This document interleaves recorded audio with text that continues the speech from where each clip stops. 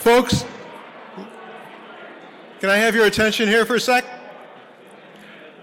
I'd like to welcome you officially to the beginning of our third almost annual Lions Club celebration of Easton. This is the annual event that the Lions put on where we honor a group or groups in town that make our town special. This year we're honoring veterans. Veterans embody, thank you.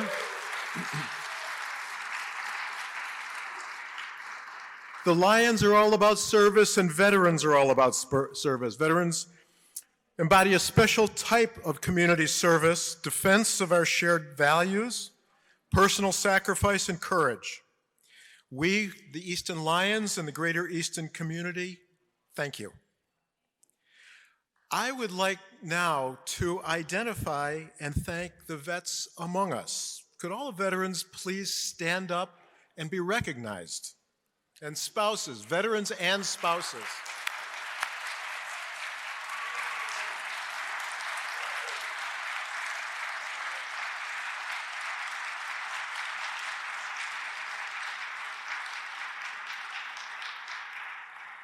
Again, we as a town collectively thank you for your service and your sacrifices. Tonight we're going to share some thoughts and perspectives from 4 different speakers. First, they're up on the screen. How do you like that? Ed Hands, our local historian, is going to talk about veterans through the years. Second, Al Provost, who is sitting over there, you'll meet him on the screen in a couple minutes, is going to talk about the Korean War and what that led to in his life. Third, we're going to hear about Edward Smith, Smitty, an OA graduate who went to Vietnam, and there's a hell of a story behind it. And finally, our keynote speaker is Dr. Jenny D'Olimpia, retired Air Force and professor at William James College. Dr. D'Olimpia heads the Vets Training Vets to Treat Vets program, and she'll discuss some post-service reintegration issues that affect veterans, programs to assist them, and ways our community can help. But before we get into that, a quick word from Corey Ahonen, our Town Veterans Affairs Officer.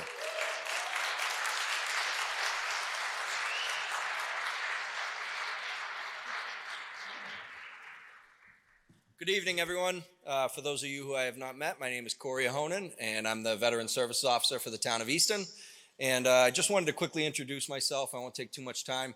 And please use me as a resource. My office is in Frothingham Hall on Barrows Street in Easton. We serve all veterans in the town. And if you don't live in town, I can help you get to who you need to speak to in your town. And again, I just wanted to thank the Lions Planning Committee for planning this wonderful event.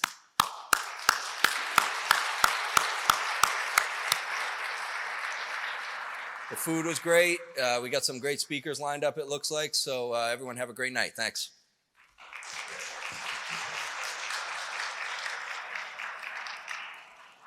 Thanks, Corey. The Easton Lions are delighted to host this event tonight. Our club motto summarizes our mission: where there's a need, there's a lion.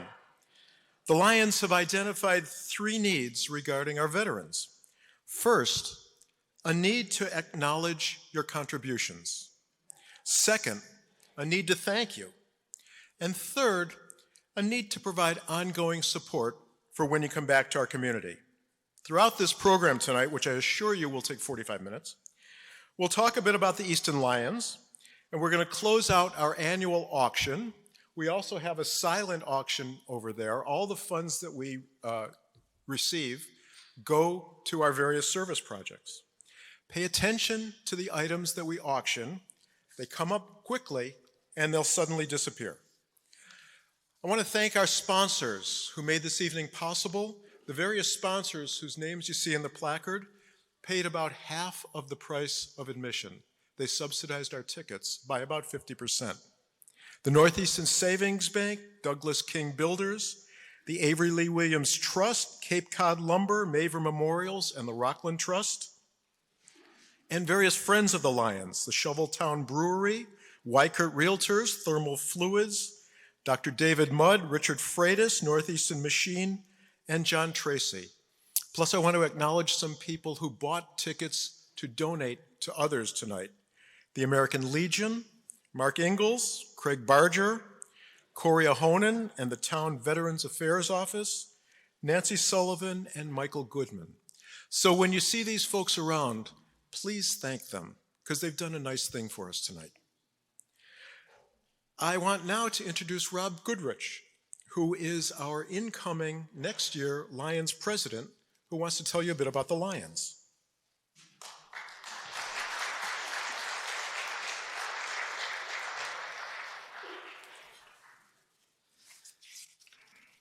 Well, Gary, you didn't tell me to tell them about the Lions. You told me to welcome them. And unfortunately, you stole my thunder. So I'm going to repeat a couple of the things that Gary said. So on behalf of the Easton Lions, I'd like to wish you a very warm welcome to our third Celebration of Easton event. Each time we host one of these events, we selected a special group or groups of people within the community to honor their exceptional service. And this year, we are absolutely thrilled to be honoring our local veteran community. Easton Lions live by a simple motto: we serve. And we've been doing so in many different ways for almost 92 years. Unsurprisingly, we have a relatively high percentage of Easton Lions who have been veterans. I think that our service in for our country during times of war and peace helped to orient us in no small part towards our dedication to service to our community. Which brings me to a final point. We're always looking for new members. And in the words of the unflappable and very charming Avery Lee Williams, who left us just a few years ago, has anyone asked you to become a Lion lately? It's a question. Mark Vinicor, where you at? Where you at, little buddy? There he is. He's our membership chairperson. If you are interested in becoming an Easton Lion, I'm sure he's got a stack of applications over there. So go visit Marky. Really, it's a great group. Thanks again for joining us for the celebration, and I hope that you have an enjoyable time.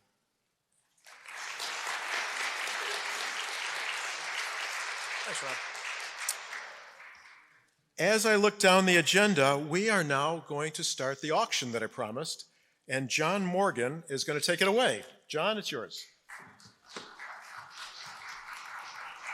Thank you for doing that. And folks, as was shared with you earlier, the kind sponsors funded the vast majority of this. We're going to ask some help from this audience to help fund some more of it. And if any proceeds are left over, you have this promise from me and from the entire Lions organization. Any pennies that are left over, 100% of them go to the charitable works that the Easton Lions support. So in anticipation of your support, I'm going to thank you now, and I'm going to share with you some quick introductions on 8 items that are going to come up and go into the silent auction. So the first round is going to be me introducing those items to you, and then in a little while I'll remind you what those items are, and then later on in the program we're going to auction those items off. So Dr. Halverson has donated for years to our auction. We had a bit of a hiatus in the auction, but it is back. And we're doing this both here in a live event this evening as well as an online event that is being run simultaneously with our event here today. So we want to thank Mark Halverson for donating a $1,000 gift certificate towards orthodontic services at Easton Braces in Easton. Now this would be for only new patients, and it is limited to 1 certificate per patient. And Easton Braces is a long-time staple in our community and supporters of the Easton Lions. They're located over on Belmont Street, and they provide the highest quality orthodontic care in our community. And it's a wonderful, friendly, comfortable environment, and they use the latest technological advances in the industry. They offer the invisible ceramic braces, Invisalign, as well as other computer technologies to help bring you that wonderful smile that we all want to have. So thank you very much, Dr. Halverson, for this $1,000 certificate good towards the services there at Easton Braces. If you look to my right, that would be stage left, you're going to see a pastel painting by Allison Krajcek. And that name should be familiar to all in the room. Allison really is Easton's artist. She has created this painting called Cedars at Sunset. It is a pastel, and it is of the cedar trees at the edge of the pond near the farmhouse at Borderland. So I'm sure many in the room recognize this actual scene itself. It's about 12 by 18. It's framed in a traditional molding profile with mottled bronze finish, complete with a conservation, reflection, control glass, and 100% archival materials. Retail at this is $850. I checked just moments ago that we presently have a $400 bid on this item, so I invite you to make sure you take home a piece of work from one of Easton's famous artists. And then Allison is a graduate of the Southeastern Mass University with a Bachelor of Fine Arts in Design. She's represented locally by Art House Galleries in Brewster, Mass., where you can see her work. And she is renowned. She's highly acclaimed at a number of juried events around the East and has won many awards. Allison, we thank you again for supporting our auction and Lions organization. Now we have a couple of unique items, and these are some things that have come to our auctions in the past that are novel and fun. Representative Carol Doherty, for example, has provided a private State House tour with lunch for 4 people. And this will be arranged at a time that's mutually beneficial to both the State House and Representative Doherty's schedule and the 4 people who be attended. And this will be an event where you'll have lunch with the representative and then a private tour of Boston's famous State House. So be ready to bid on that. We thank Representative Doherty for donating that to our auction. We've got an item that's both online as well as being here live in the studio, and it is off to my right on an easel. It is a black and white framed portrait of the famous, iconic Oaks Ames Memorial Hall. This framed print measures 27 by 39. It has a value at least of $650 because that is presently the high bid on this item. And we thank Eric Lothrop for donating this. The picture represents the hall in winter, taken February 12th of 2017 at just after 7 p.m. in the evening. And thank you, Eric Lothrop, for that. And while I'm thanking folks, let me thank our fire chief, Chief Alexander, who's donated a fire truck ride to or from school with the Easton Fire Department. So how cool would that be to show up at school in a fire truck? Now, this is only valid within Easton. I'm not sure the trucks can leave Easton, but that's the only restriction is that it's got to be within Easton. And I'll bet they might talk you into a ride home from school as well. So thank you, Chief Alexander, for that. That's another item we're going to be bidding off here, a fire truck ride. And not to be outdone, Chief Boone is offering a similar thing. No, not on a fire truck, but in a police cruiser. So anyone who's not had the pleasure of riding in a police cruiser yet, you might want to bid on this. It's more fun without the bracelets. So the ride is anywhere within Easton, to or from school, or maybe the grocery store. I don't mind. It's Fernandes. You got to pick up something. But the Chief Boone has offered that ride to school. And it's a contagion, folks, because David Fields has gotten on the bandwagon as well. DPW has offered 2 rides. They're really one-upping the fire and police departments here. So Dave is offering rides in a DPW piece of equipment anywhere within Easton. Now, I don't know if you're going to be able to ride a steamroller or a front-end loader. They are doing paving down by where I live, so maybe you could help out. Thank you so much. I'll come back in a little while, remind you of these things, and also extend an invitation to you. Come up and look at these wonderful things we have in the silent auction. Put your name down with a whole bunch of crooked numbers. Thank you for your time.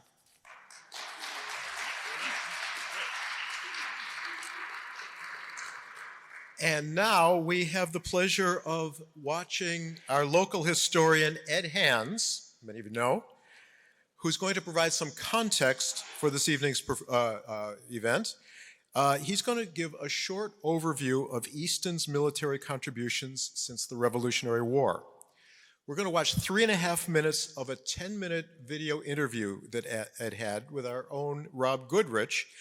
We've posted the entire video on our website. I encourage you to watch it. It's fun and engaging. There is, I should tell you, one small hiccup in this evening's video. In my enthusiastic editing, I think I cut out 2 words that are probably relevant about halfway through when he said Civil War. So I hope you can watch the transition from the Revolutionary War to the other thing that I left out. And you can follow what he's saying. Ed's an engaging storyteller. I hope you enjoy what he has to say. Hi, everybody. This is Rob Goodrich. I'm here with local historian Ed Hands. We're both with the Easton Lions. We are gathered here today to celebrate the town of Easton, in particular honoring the veterans, the local veterans of our community.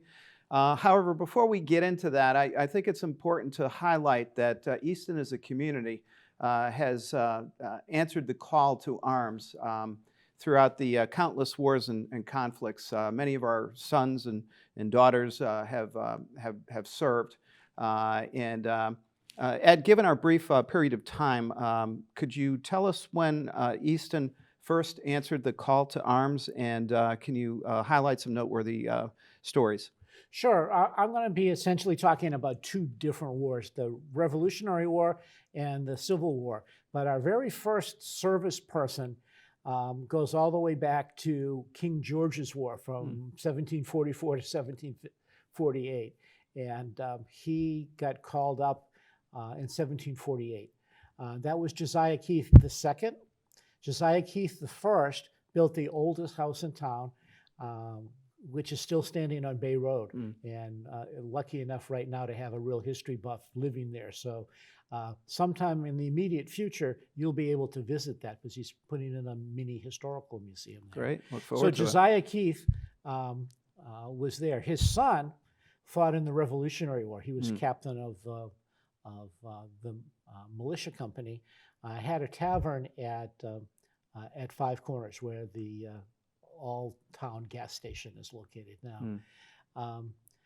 Easton had a lot of people in both the Revolutionary War and in the Civil War. One of the things that I've always felt bad about is that the guys for the Revolutionary War do not have a memorial. And one of the things that I'd like to get taken care of as we come up to our tricentennial as a memorial for those Revolutionary War veterans. Some of these people were really very interesting. 23 Easton residents actually were at Valley Forge. Wow. One of them was a Scottish soldier who actually was captured coming into Boston Harbor and was given the alternative of staying in Easton for the duration of the war or enlisting in the American Army. And he enlisted in the American Army and went to Valley Forge. Which one would you have chosen?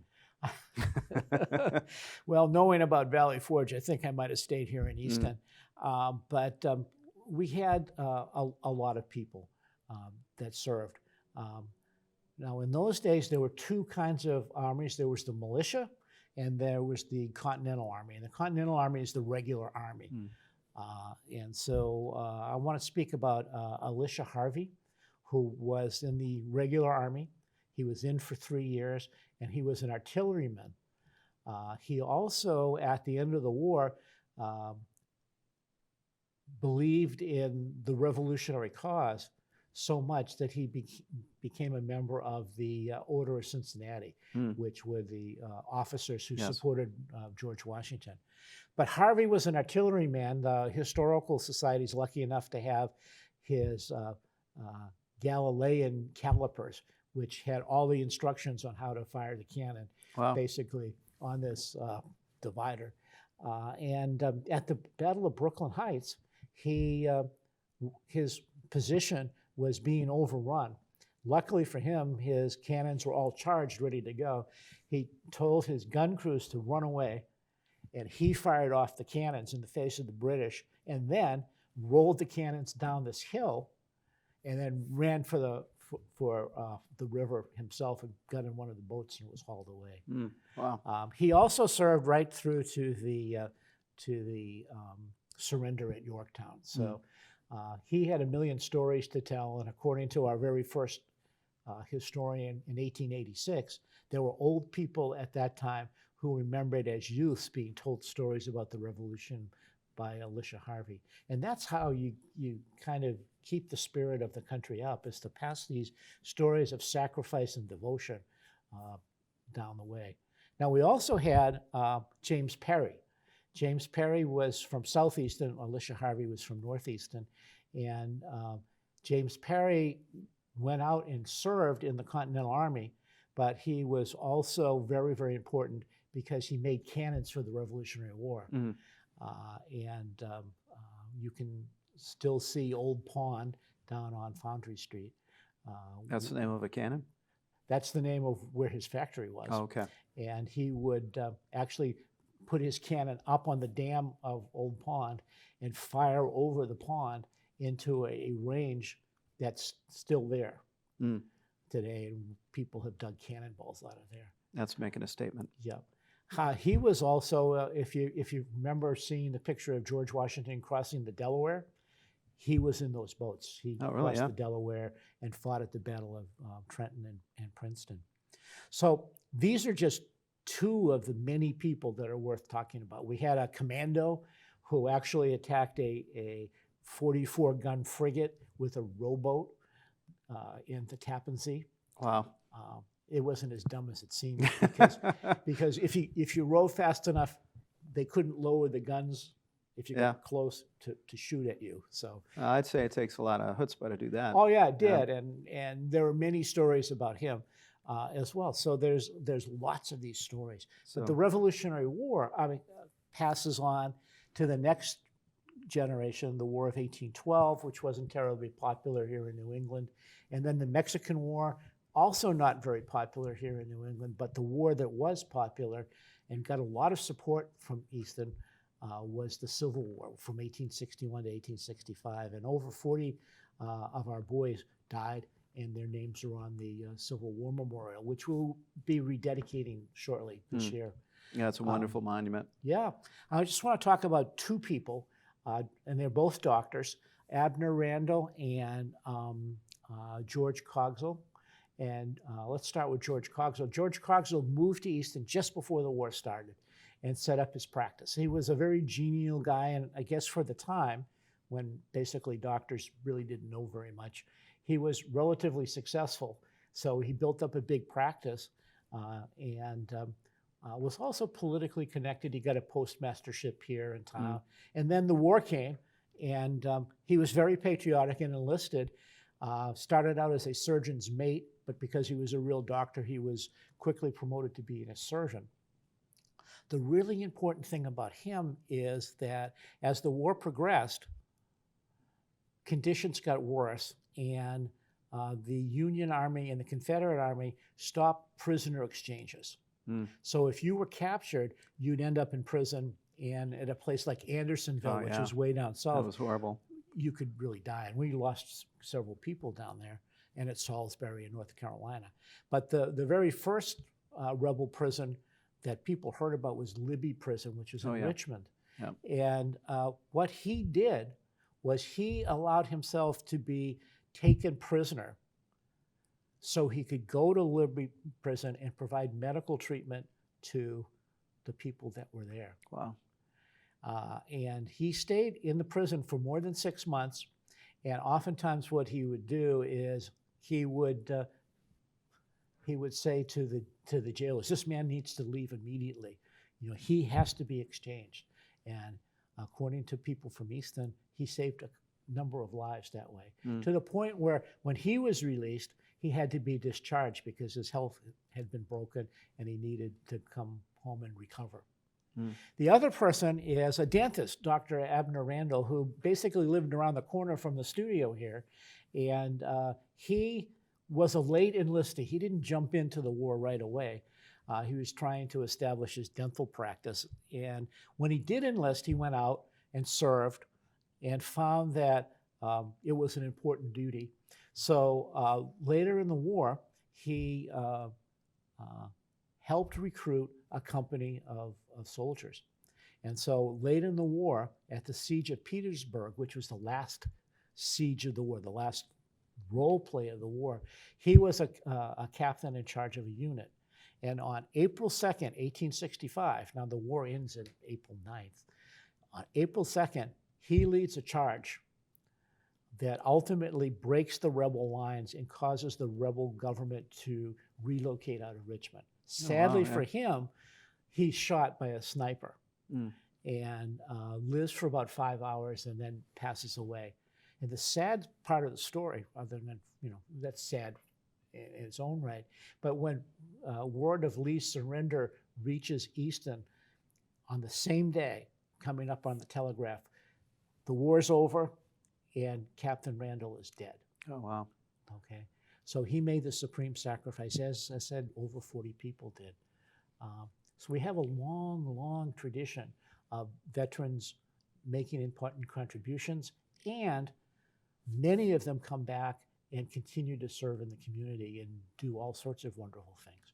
Like in our own Lions Club today, we have a lot of veterans of recent wars in the Middle East and all the way back to Vietnam. Mm-hmm. Well, thank you so much. I think that's all we have time for. Really appreciate your contributions to Easton, keeping the flame of history alive and relevant for all, and thanks so much for your research and your contributions. Okay.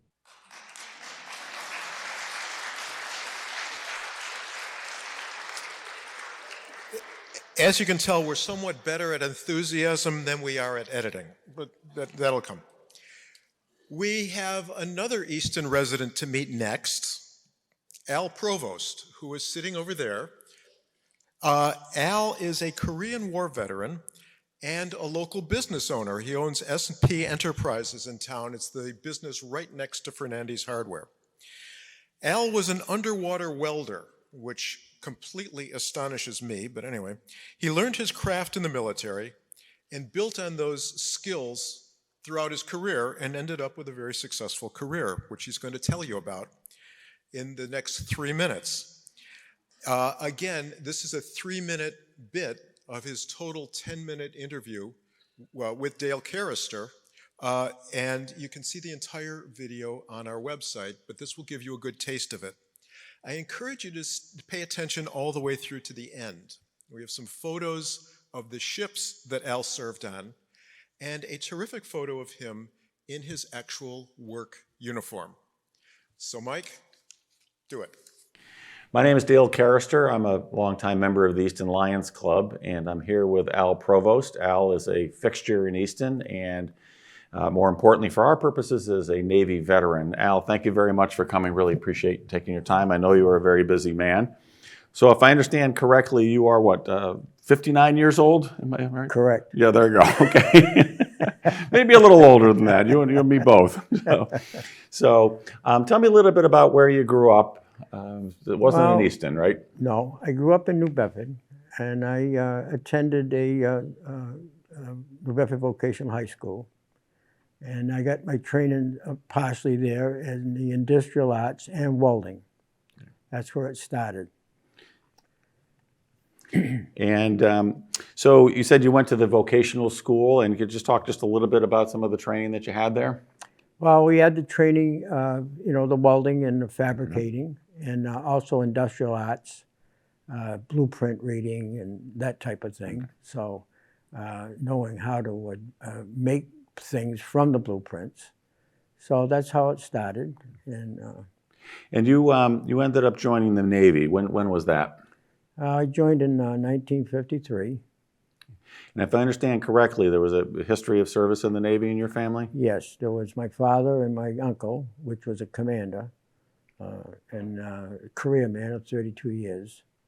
And my dad did almost 18 years. But my dad was more in the trades, not an officer. And at the time you joined, was the Korean War ongoing? Yeah, yes, it was ending pretty soon after that. Okay. And so tell me a little bit about generally the kind of service that you had in the Navy. What did you do? Well, I started in the Navy. I had started on a minesweeper. That's where it started. And that was what was the name of that ship? USS Albatross. Okay, and let me just see. I think we have a picture here of that one. Yeah. And is this the other one Yeah, here? that's the one. Okay, and tell me a little bit about what that ship did. Well, it was an experimental minesweeper. We had some of them. We had scientists on there, and it was a training vessel for mines. And that's where I brought up learning explosives. I went to school for explosives and the mines, and knowing how to blow them up and cut them to bring them up so that the snipers could hit them and blow them up. This sounds like a slightly dangerous work. Well, it was, but it was a training program at that point, and that was part of the training. And then after that, I ended up going to a repair ship. And what was the name of that ship? That was a USS Pandemus, an ARL-18, which was a converted LST. What's an LST? That's a landing craft, which the front doors open up, but they converted that to a repair ship, and every type of trade, machinists, welders, pipe fitters, you name it, that's where you got your training. And Did you also get that training while you were I serving got on the all ship? the training there, pipe fitting, welding, and then they sent to me many schools. And then the last school I went on that ship was a salvage diving hard hat school. And from there, I was transferred to a salvage tug. Which And what was the name of that? USS Atacapa, ATF 149. I think we have a picture of that as well. Yeah. And how long did you serve on that ship? I served about 2 years, and then I got out. Okay. And what type of work did you do on that ship? I was a diver and repair work, welding, besides. Okay, so you have a picture as well that we're going to show with a diving suit, which looks a little different from the kind of divers that we see today. Can you talk a little bit about the type of diving that you did? Yeah, it was a hard hat. The deepest I went was about 100 feet. And it was, we had a crew that helped me. It was a two-man crew, which operated the oxygen or whatever gases that I needed. And one of them would be also the control of the welding when I needed or whatever by telecommunications, I would call. So you were doing underwater welding? Yes. And what type of, tell me a little bit about that type of work. Well, it's all repair work. It's a different procedure. The procedures of doing that is completely different than above water. The complete suit was everything was about 190 pounds. But you needed help to get over the side. And help to pull you back up, I presume. Yeah, when you get back up. And then they had a lifeline where you would hit it if the communications didn't work to tell you, up above to pull me up, see. But I made a few dives on repairs, So how long overall did you serve in the Navy? I served 4 years. So from 1952 through 1956? No, I was actually got out in 57. 57, okay. Yeah. And what did you do next? Well, from there, with the background that I received out of the service, really made a career for me in civilian life. So when I got out, I started to work on the pipelines, on natural gas pipelines and oil lines, but mostly natural gas. And as time went on, because of the training that I got in the Navy, I used to do hot taps, what they call hot taps. And what is that? Well, meaning that the lines have had gas in them. And then we would connect them, the new lines to the new lines, the old lines to the new lines. So they would have what they call bottom outs, and but it was welded on the gas lines while they're hot. We call them hot taps. So they're under pressure when you're welding them.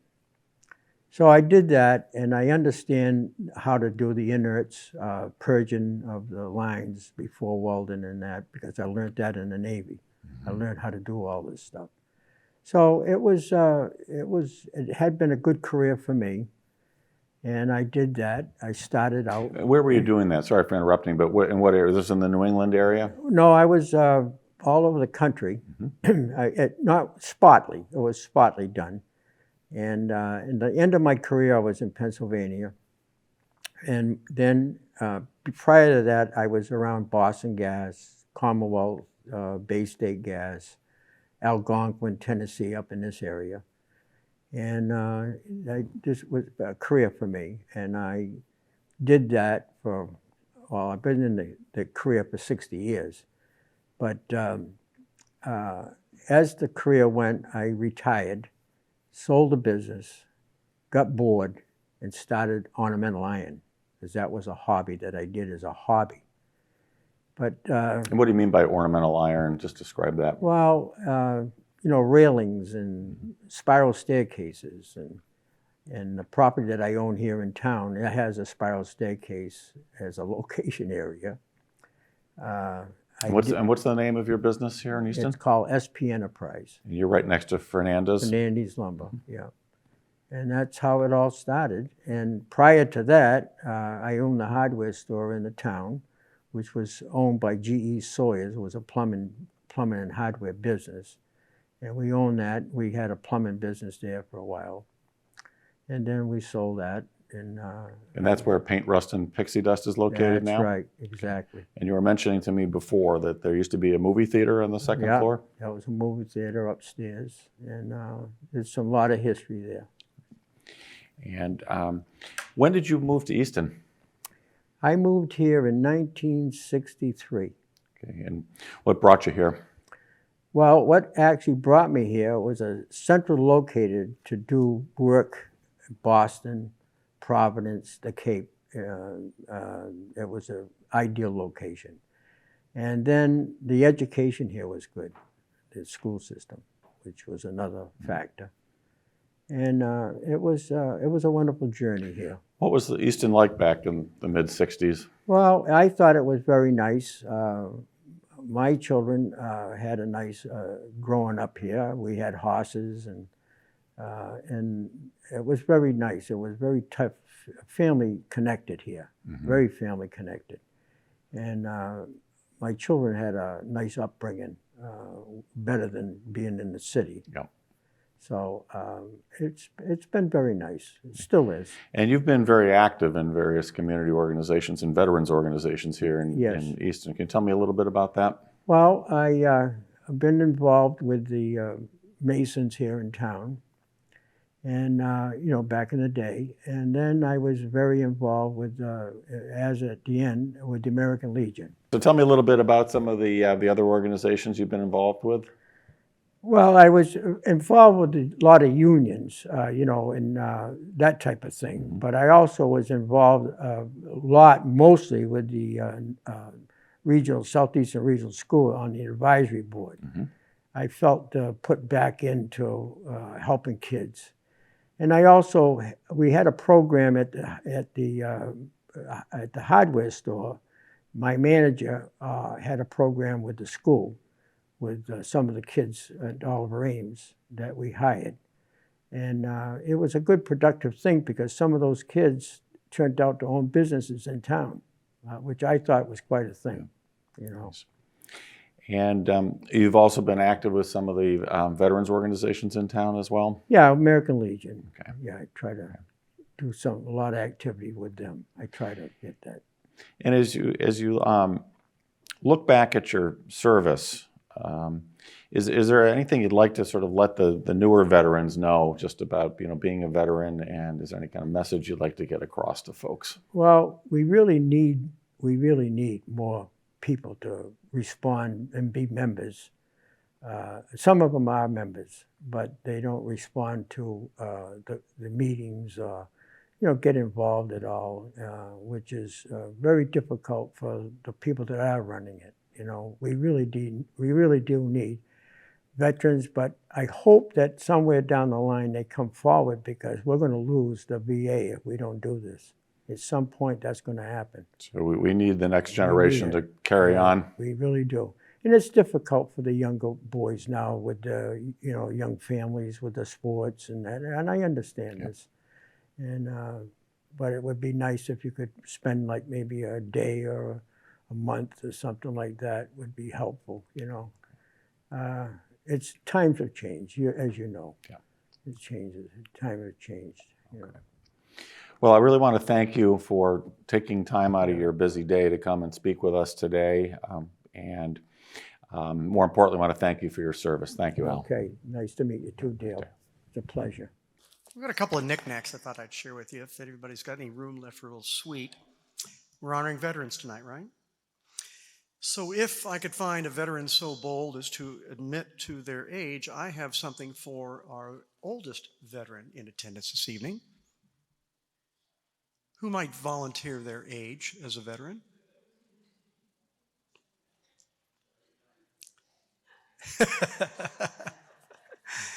Then let me ask the question this way. What veteran here might have the longest years of service to our country?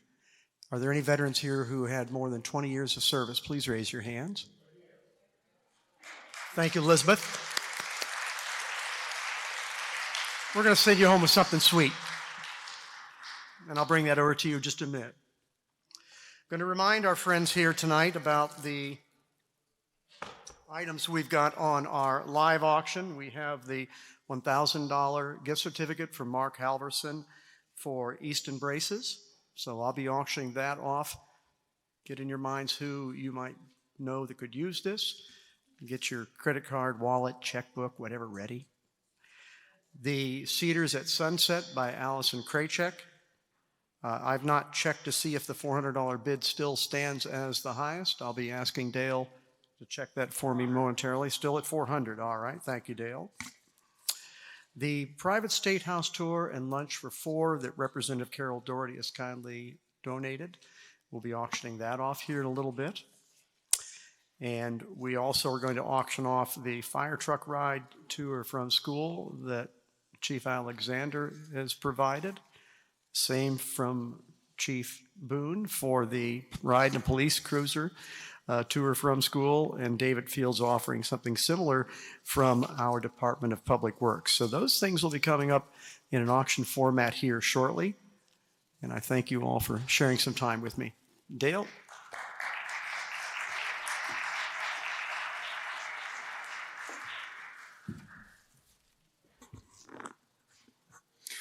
About a year ago, I went for a walk in Beaverbrook Woods. For those of you who don't know where that is, it's on Pequannocket. It's just before the curve in the road, before you get up to the horse farm by Clover Valley. And I stopped, as I often did. There's a memorial stone there to Edward F. Smith, Oliver Ames graduate from 1965 who died in Vietnam in 1967. And I've always taken a pause to take a look at that stone before I go into the woods. But this time I took an additional look at something that was a little bit different, in that there was a photograph of him taped to the stone, and there was a plastic enclosure tacked to the tree, and it said, "Take one." And within that there was a poem that was written, and as it turns out, we found out that it was written by Mark Bergeron, who's here this evening. He's going to come up a little bit later, who grew up with Ed Smith, also known as Eddie or Teddy or Smitty. And it caused me to really reflect on things and, who we are, what we do, and, what's important in life. Through a little bit of detective work and extraordinary amount of good fortune, we've been able to track down 3 of Smitty's brothers who are here with us this evening. We have Joe, we have Peter, and we have Jimmy, and also Sally, Jimmy's wife. We're here along with a number of friends, Paul and Arthur Couteau and others. I'd like to invite Jimmy to come up and read that piece for you. Thank you.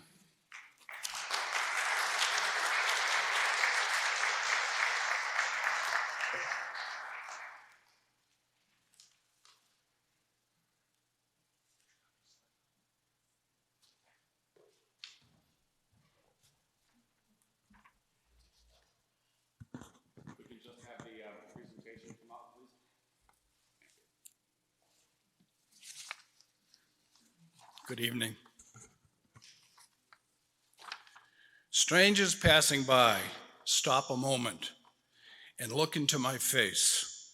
Growing up in South Easton and in the Marines, friends and buddies called me Smitty. I died on February 4th, 1967, in a nighttime firefight with the Viet Cong. I never abandoned my buddies. As the VC charged, I fired the M60 until darkness engulfed me. Then everything became quiet. I don't know why, but as a kid, every day opened before me as an adventure or a dare. I couldn't resist. The woods behind my house, the fields at Stonehill seemed to vibrate with a beauty that made me happy to be alive. Other times, A darkness closed around me I couldn't explain. I loved football and played fullback and linebacker on Oliver Ames' undefeated 1964 team. I craved the contact and the excitement that came from winning games with my teammates. In those days, I was called a rebel because I didn't dress or comb my hair like other kids. My senior year, when the war in Vietnam was just pictures on television, I felt an itch to see if I was made like those ancient heroes and pioneers we read about in school or saw on TV.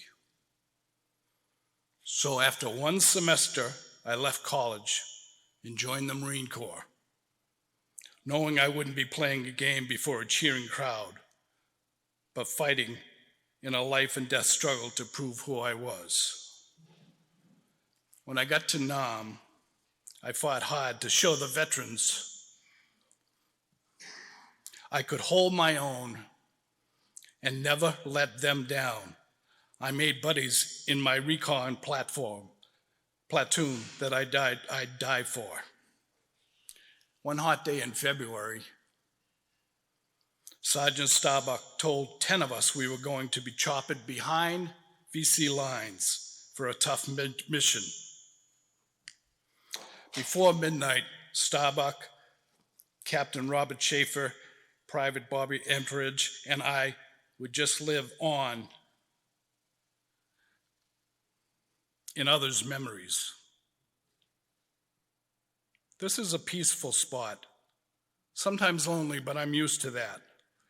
Sometimes I wonder what my life would have been like if I had made it home. Would my family and friends have welcomed me and understood what I had seen?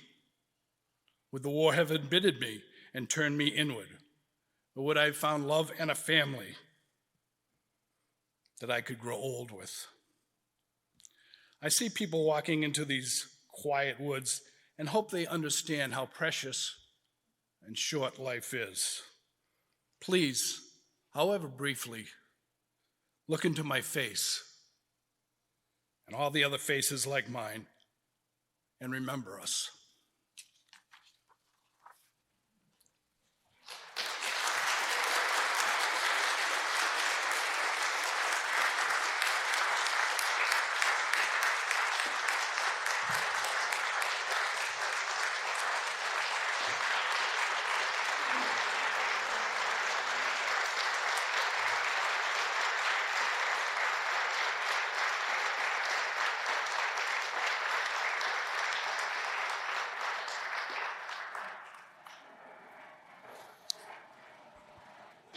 I'd like to invite Mark Bergeron up to come and speak for a moment about Smitty. Mark is somebody who grew up with him, and I'd like to have him talk a little bit about how it is that he wrote that piece that you just heard from Jimmy. So Mark, come on up, please.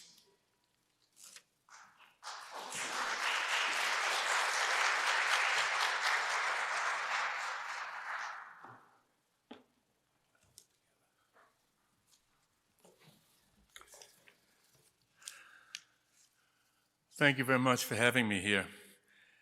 My name is Mark Bergeron. I grew up almost across the street, across Washington Street from Ed as a child. And we had lots of adventures and misadventures together. Ed was a very tough fullback and linebacker on the last undefeated state championship team that Coach Moscato coached. I was the left guard a year behind him.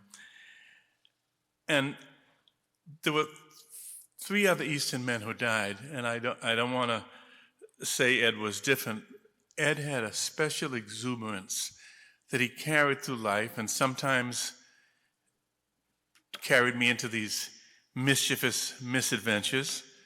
And sometimes as we get older and we're like confused adolescents sometimes get, they even became more troublesome.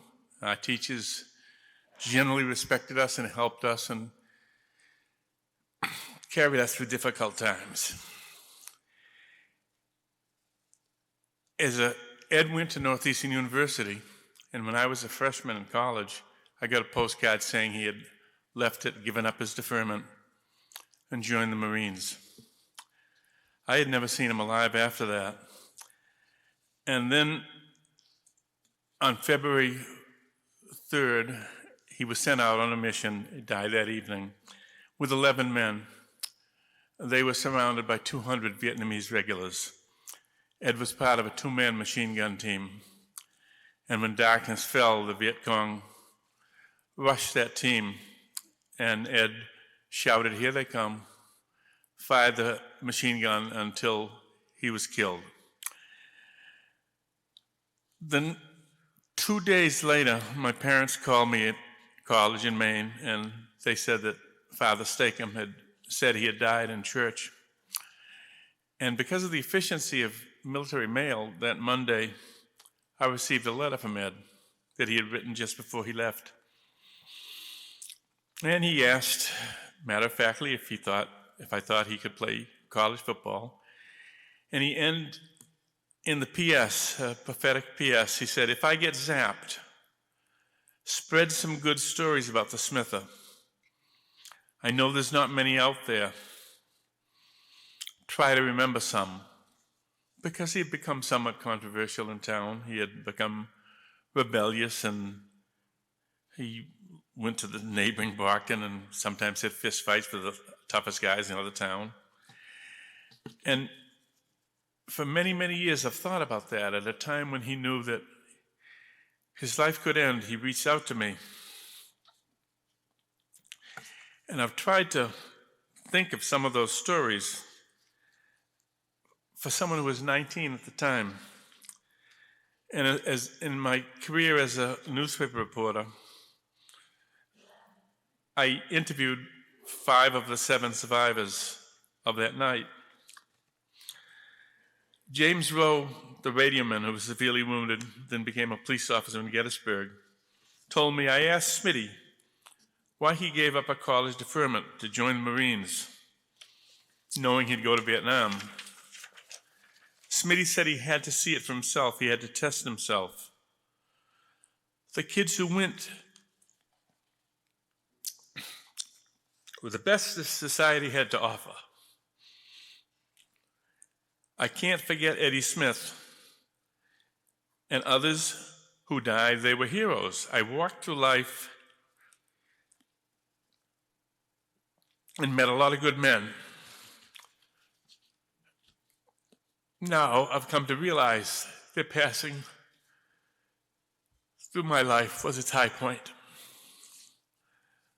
When I wrote an article 3 years ago for reminiscence of the Easton Historical Society, I made contact with a man named David Becker, who is a 73-year-old roofing contractor living in Gladstone, Oregon.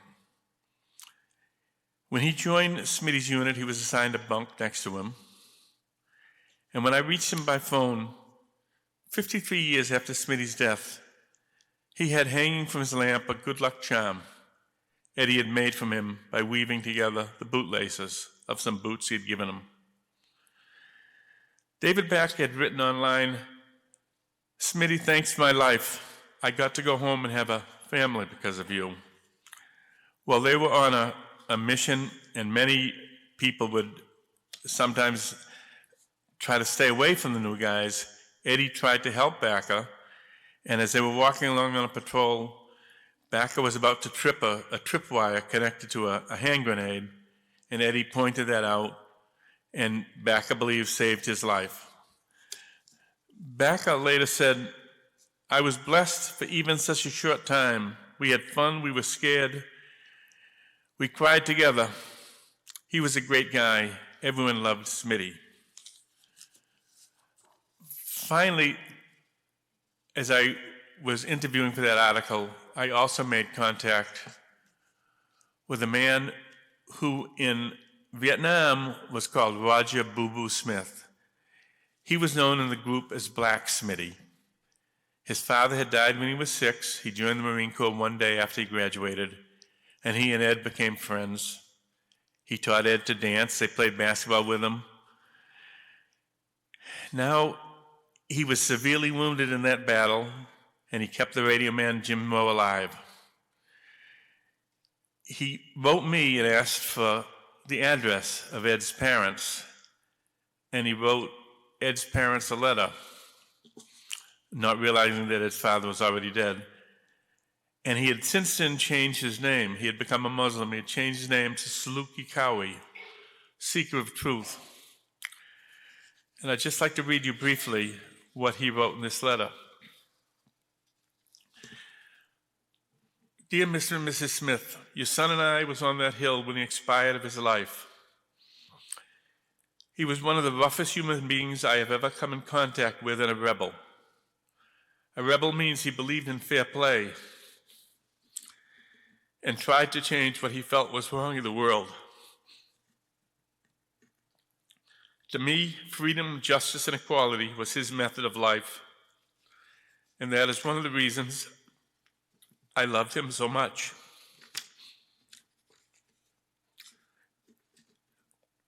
Mr. and Mrs. Smith, your son was and is one of the bravest men I've ever been with. When Smith had his eyes on a goal, he went for it all the way. Thank you for delivering him to this world, and thank Allah, God, for his love of men, for he will always be in my heart. Please let us not refer to those who have passed away as dead.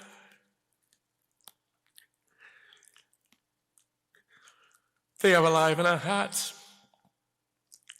Your brother, Saluki.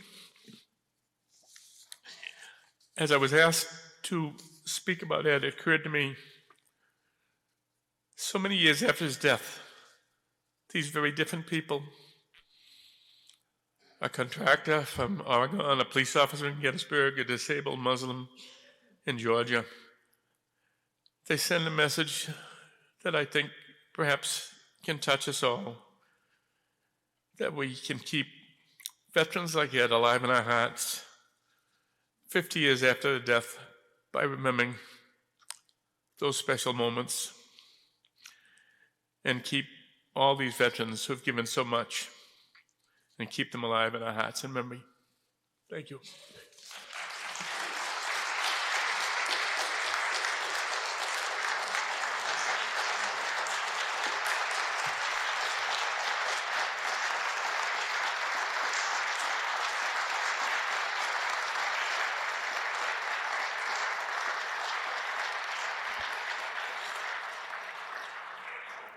On behalf of the Smith family, who provided a note to the Easton Lions Club and the Easton community more generally, we say as follows. On behalf of the Smith family, we'd like to thank you for all that you have done to honor the veterans and for including us in your special occasion. It is very thoughtful and very much appreciated. I'd like to say myself that thank you is to the Smith family and for all of the families of the veterans for all that you have done. Thank you.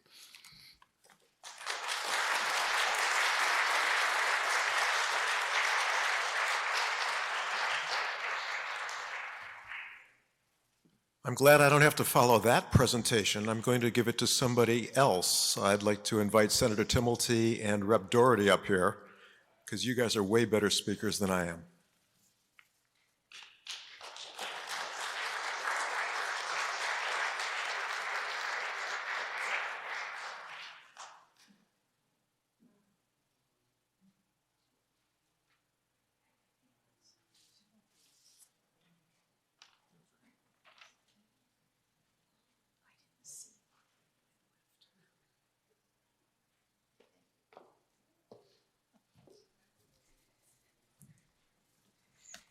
So, as protocol would have it, the senator always goes first. Unless, of course, we're doing a choral reading, and then, please. Thank you. Thank you. Good evening. Good evening. And that truly is a very heartfelt and presentation that has grabbed at each and every one of us, Mr. Bergeron. Thank you very much for talking about Mr. Smith and his heroism. And tonight, quite simply, to each and every veteran here in this room And to the families, our Gold Star families, the Smith family, please, God bless each and every one of you, and thank you. Veterans took an oath to defend this country and our way of life and our freedoms and our liberties, and I would suggest freedoms and liberties across the globe. And some of our veterans tragically made the ultimate sacrifice. And for that, we are in your debt. Each and every veteran who's here today, you have protected us with your service, and tonight you honor us with your presence. So thank you. Thank you very much to each and every.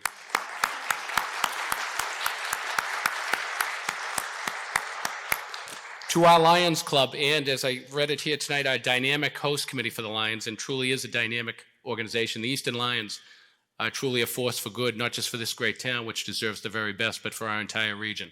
So for that, thank you. Representative Doherty and I have offered citations, first and foremost, honoring our veterans here in the great town of Easton. And it reads as follows. This is an official Senate document. It also is recorded in the records of the Massachusetts State Senate. So it is an honor to be here tonight to present this to each and every veteran. And what I will do when we walk off the stage, I will present it to Corey Ahonen. Corey, if you could place it somewhere in a public setting here in town where our veterans can see it, and also our civilians can see it to see what we have done to honor our veterans, which obviously is very important to each and every one of us. And this citation reads as follows. Commonwealth of Massachusetts State Senate official citation. Be it known that the Massachusetts State Senate hereby extends its congratulations to the servicewomen and servicemen of the magnificent armed forces of the United States of America, who are here tonight to honor us and have protected us throughout the history of this great country, particularly our veterans here from the great town of Easton. In recognition of their outstanding bravery, selflessness, heroism in defense and service to the United States of America. And be it further known that the Massachusetts State Senate hereby extends its best wishes for continued success to each and every veteran here tonight and to your families. That this citation be duly signed by the President of the Senate and attested to, and a copy thereof signed by the clerk. It's been signed by our Senate President, Karen E. Spilka, and offered by myself, one very proud state senator of each and every one of your service to our great nation. Thank you very much to each and every veteran.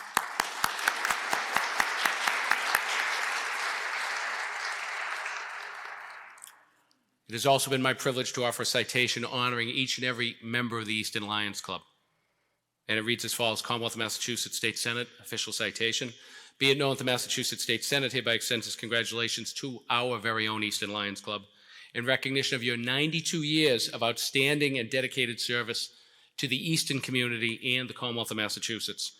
And be it further known that the Massachusetts State Senate extends its best wishes for continued success, that this citation be duly signed by the President of the State Senate and attested to, and a copy thereof transmitted by the clerk. It has been signed by our Senate President, Karen E. Spilka, and offered by myself, one very proud state senator of each and every one of your great works, who is also privileged to be here tonight. Thank you all, and God bless Eddie Smith. Thank you.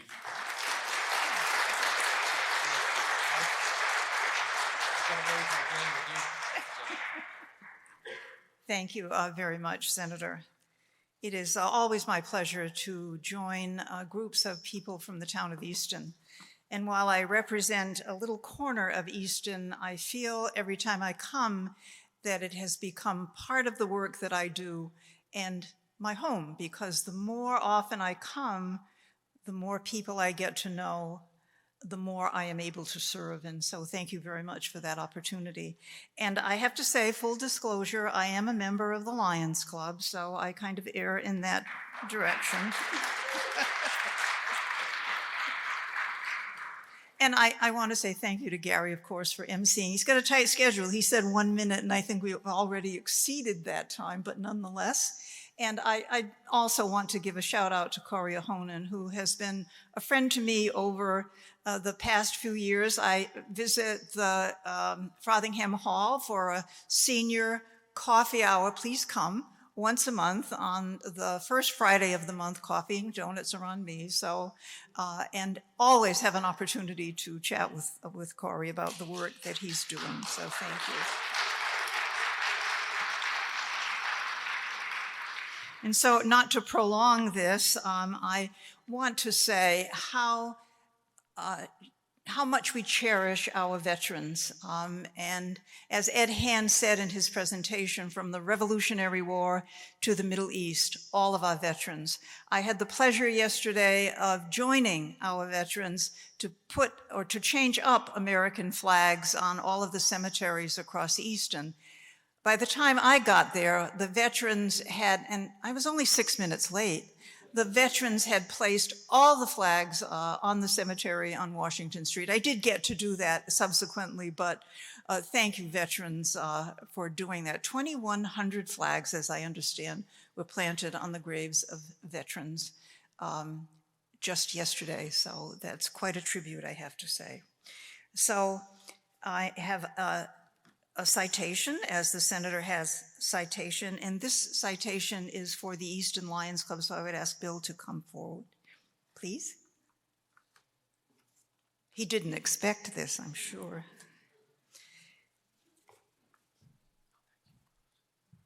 So, and this citation is from the House of Representatives, Commonwealth of Massachusetts, and I'll read what it says. Be it hereby known to all that the Massachusetts House of Representatives offers its sincerest congratulations to the Easton Lions Club in recognition of the 92 years of 92 years, 1931, is that correct? Got me. Yeah, count backwards, right? 92 years of dedicated service and consistent work to better our community. The entire membership extends its very best wishes and expresses the hope for future good fortune and continued success in all endeavors. And this citation is presented by myself and Representative Cassidy, who represents the part of Easton that I don't represent. He apologizes for his absence this evening. And so the citation is signed by Speaker of the House, Ron Mariano, by Representative Jerry Cassidy, and by myself, Carol Doherty. So here you go. Thank you very much. Thank you. Thank you very much.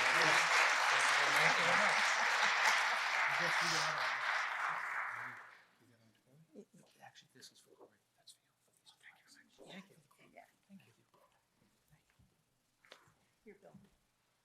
Ooh, even better.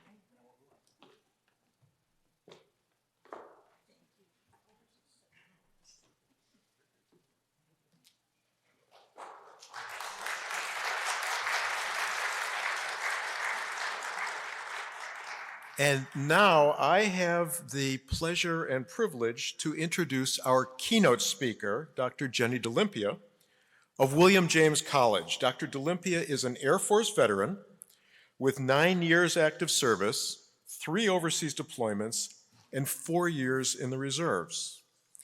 She directs the William James College. I should tell you that William James specializes in training professional psychologists and mental health counselors. She directs their military and veterans psychology program and their Train Vets to Treat Vets program. Her research interests include post-service issues that veterans face and how communities can best support their veterans. Jenny, come on up.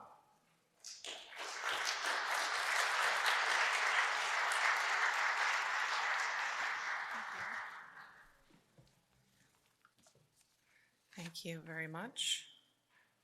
Oh, great. Okay. Good evening, everyone. Thank you for the warm welcome and the kind words and the introduction. I'm really excited to be here today.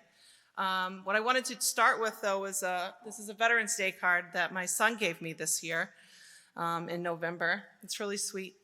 He brought it home and he said, "Mom, here's a Veterans Day card for you, even though you're not a regular veteran." So I said, "What is that? What? What's a regular veteran anyway?" So what do you think? I think it's something to consider. What do you think about in your mind when you think about a veteran in the community? When you ask people, "Did you serve?" Do you think first who they look like, what they do? And I asked him, "Why did you say I'm not a regular veteran?" And he said, "Well, because you're not an old man." And I said, "That's true. It's true. It's true. But someday, maybe I'll be an old woman someday." So, So I think it's important, though, to have representation, which is why I'm really excited to be here as a woman veteran, representing younger veterans here and women veterans in the community. I think it's vital that we continue to remember our veterans of all services, but that we also begin to include our younger veterans and to value and appreciate what they are doing and have continued to do, because every day they're coming home and they're reintegrating into our communities. I don't know how to slide change, but I'm gonna guess. Can you do the next slide, please? Or tell me what button to push. There we go. Okay. So also, I think another a myth to dispel about women veterans is a lot of people, when they think about women veterans, they think about us as maybe being secretaries or nurses, and those are really important roles. And those are roles that men and women in the military do. But women are actually integrated into every single activity in the military now, because the bar on our work in combat has been removed. Not that it meant anything anyway, because there were no front lines in the war that especially since September 11th. There have been no front lines, so everyone who deploys has been in harm's way. My work in the military was as an Air Force intelligence officer, and I served these people up here. Believe it or not, in the Air Force, we have ground troops. They don't have any airplanes at all. They do the interface between the ground and the air, and these are actually the most highly trained special operations forces in the world. Because they can do not only what the Navy SEALs do, because I know you guys have heard all about them, and the Green Berets, but they can also land airplanes in the dirt. They're air traffic controllers, and they can call in bombs close, thousands of pounds of bombs all over the place if they need to keep the enemy from coming in contact with our troops to keep them safe. They're the first there that others may live. And even though they don't have any airplanes, they're the most highly decorated organization in the Air Force. Now that I've figured this clicker out. My family has served in the military since the Revolutionary War and in every war since. So the need to serve, the desire to serve was in me since I was very small. I thought I would go be a teacher, but I didn't like high school kids, so I decided to go in the military. My mom didn't like that very much, but she's okay with it now, or at least I think she is. But in the military, I met my husband. He's here today. He just retired April 15th after 23 years of service, 10 active. And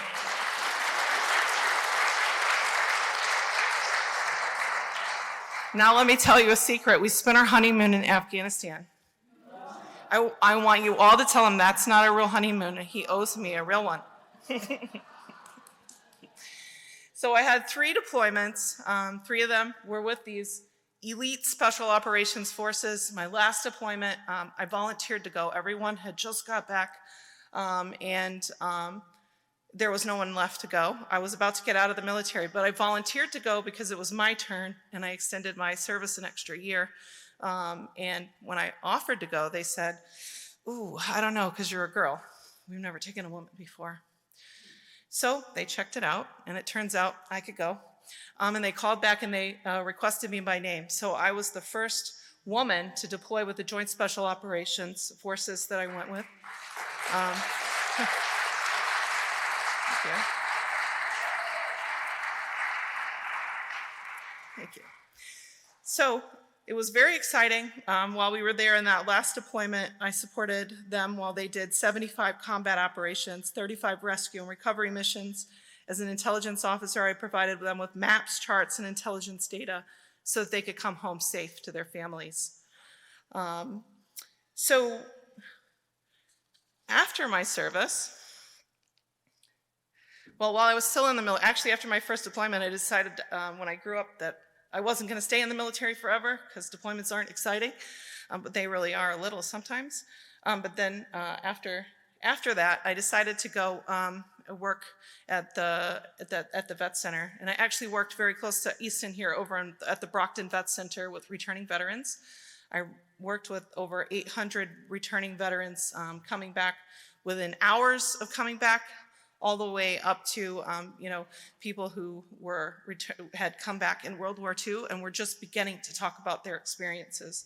The Vet Center is an amazing resource for any of you who are veterans and still need someone to talk to or to connect with, and I would definitely recommend talking to them.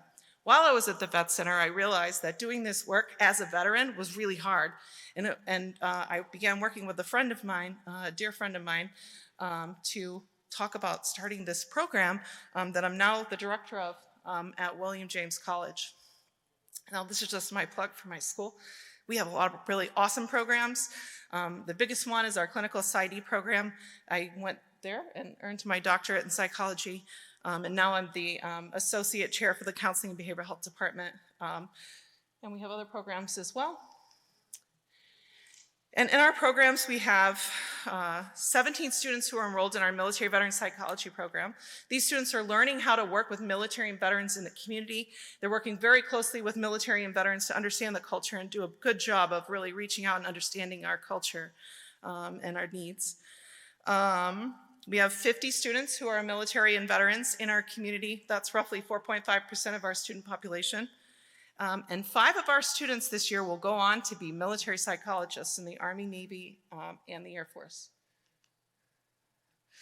So the program that I run is the Train Vets to Treat Vets program. In this program, we have developed basically whatever our veterans need from the time they enter our program until the time they exit, whether it be a mentorship, additional tutoring, or maybe they're really squared away and they just need something to add to their resumes, so we help them get involved in research and write posters for national conferences. Whatever level of support and action they need is what we do to help them get through the program successfully. Another thing that we do with them is a community engagement program. We do presentations, we reach out to the community, and we teach mental health providers what they need to know about working with military and veteran populations and their families. We've reached thousands through our program. We get our veterans involved in developing these. They can add that to their resumes. And then we put them on YouTube so that they get more exposure to the community as well. While our students have been in our program since 2015, they have delivered 108,000 hours of therapy directly to veterans, and they've reached 5,200 veterans. So I've told you a little bit about how there are many people in your community who are veterans that you may not know about. Some of them look like me. Some of them might be your neighbors, and some of them might be a family with small children or even our older veterans.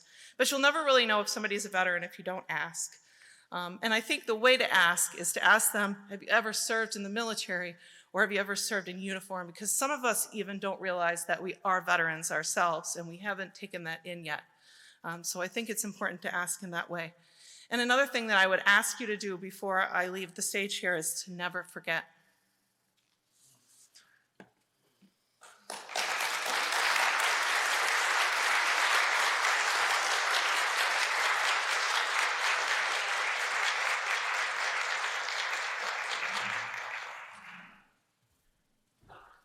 Thanks, Jenny, and thanks for highlighting some of the services available to vets who may or may not initially realize that they need them, but it's good to know that those services do exist.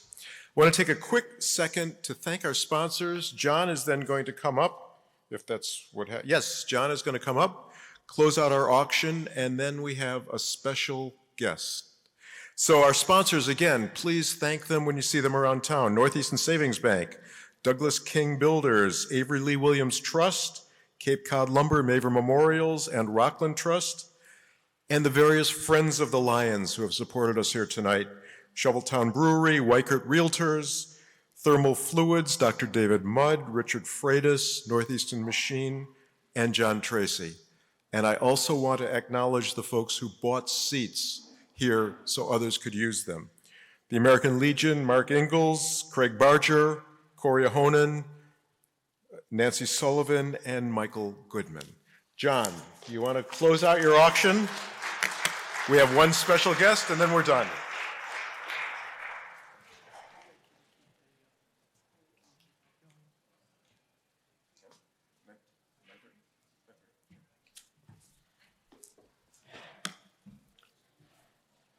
Check your bank accounts.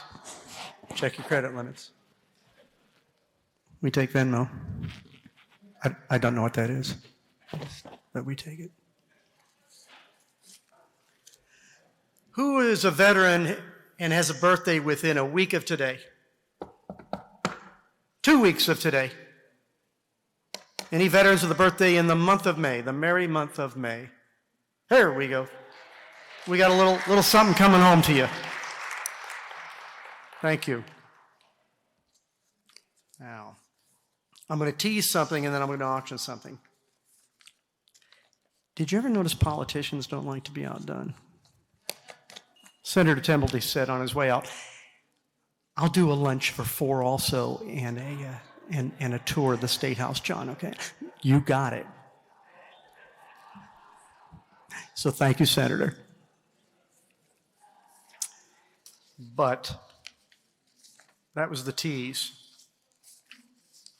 This is for the teeth. That's a lousy segue. But Dr. Halverson has given us a $1,000 gift certificate. Actually gave us 2. We've got one online, and we're going to do one live here tonight. We already have a $575 high bid on that. So I'm sure you know somebody, family member, friend, child, grandchild, who could use this. Can I get a $575 bid out of the room for the Dr. Halverson $1,000 gift certificate? We're all satisfied. We're going to let that second one go for $575. And so be it. It has sold for $575. Thank you for that.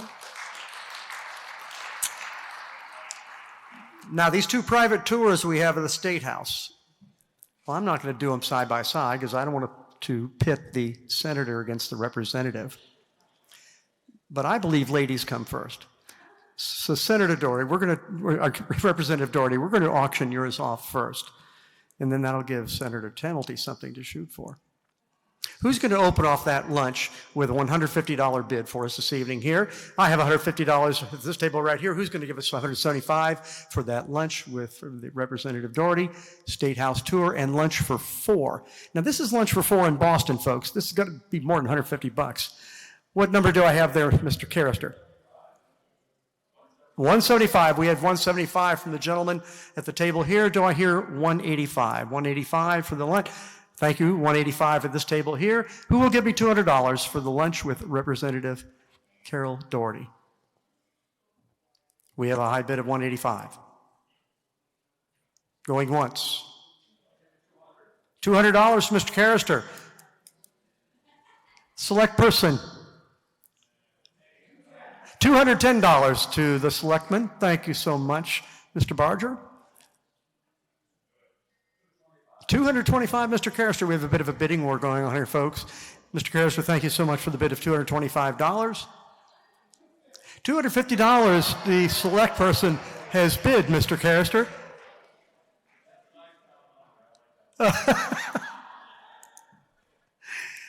We have $250, so generously going once. Twice, we're all satisfied. Sold to Mr. Barger. Thank you so very much.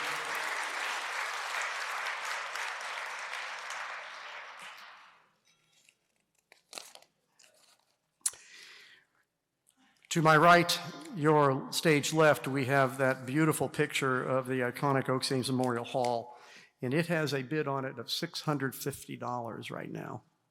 The gentleman in the room has that bid. I think that bid means he really wants to take it home with him. Are we going to let him? It's Fred Ames. Are we going to let him? Mr. Ames, thank you so very much. Appreciate your high bid on that.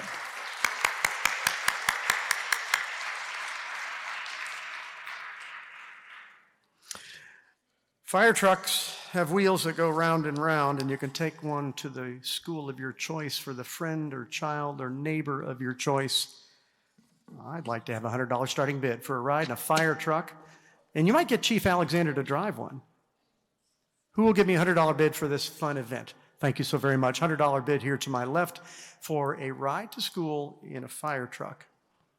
We going to let this go for $100, or do I hear $110? Can I have $110 in the room, please? $100 going once. We're all satisfied. You're all in here. Enjoy your ride. Thanks so very, very much.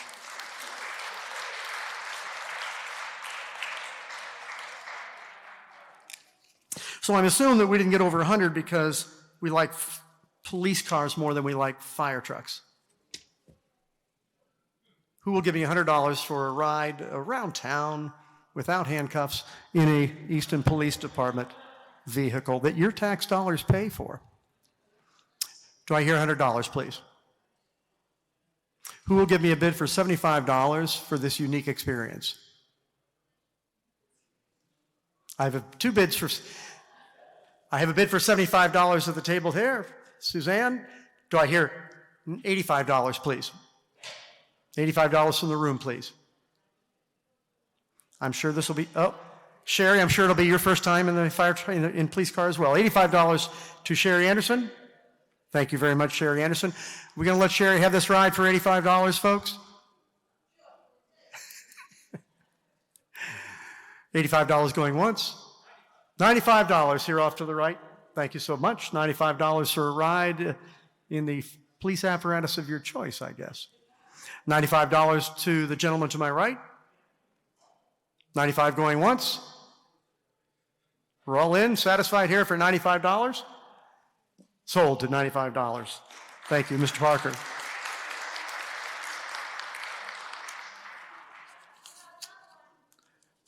We do have a second one if we'd like it. So we've got a second one if another bidder would like to take us up on that. Please come see me after the bidding. And maybe you're like my neighbor and friend, Ron Hanberger, who likes big equipment. So the DPW is offering a ride in a dump truck or in a piece of equipment to or from school. Who wouldn't like that? Who will give me $75 for a ride to school in a piece of DPW equipment? Do I have an offer of $50 for this? $50 here at this table? Thank you so much. Who will give me $75 for a ride in a piece of DPW equipment? I have $50 going once. We're all satisfied? Thank you so much for your bid.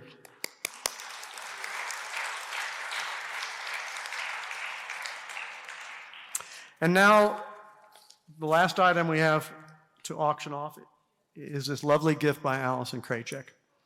This pastel painting to my right, she places a value of $850 on it. We have a bid of $400 sent in to us.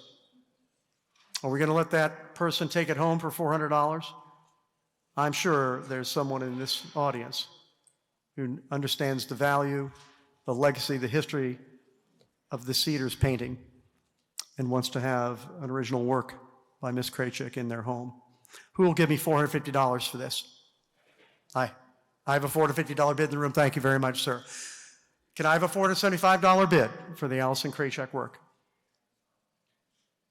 $475 to the room. I have $475 where, please? Thank you, Suzanne. $475 to you. May I have $500 in the room, please? Thank you, $500 in the room. We have a high bid now of $500 for the Allison Krajcek picture to my right. This lovely pastel, Cedars at Sunset. Who will give me $525 for the work? We're all satisfied. We're all in at $500 going once. You've all had a shot at this. $500 going twice. Sold for $500. Thank you so much for your generosity. And thank you very, very much for supporting our Easton Lions and the community. Good day.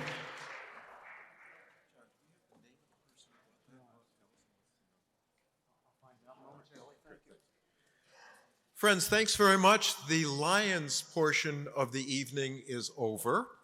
We have a band coming up in a couple of minutes, and I've heard that most of the veterans are outstanding dancers. I'm not sure if that's true, but I hope we'll find out in the next few minutes.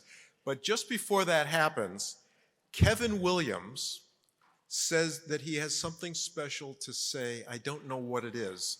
So I'm going to say goodnight, turn it over to Kevin, and he'll close it out.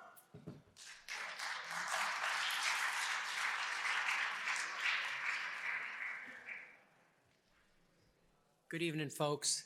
What a great celebration of Easton night it is. And as you all know, I'm the son to the notorious Avery Lee Williams. And when he passed away, I got with the Lions Club and I said, hey, you know, we used to have the recognition night, celebration of Easton. Would it be all right if we did an Avery Lee Williams Community Service Award?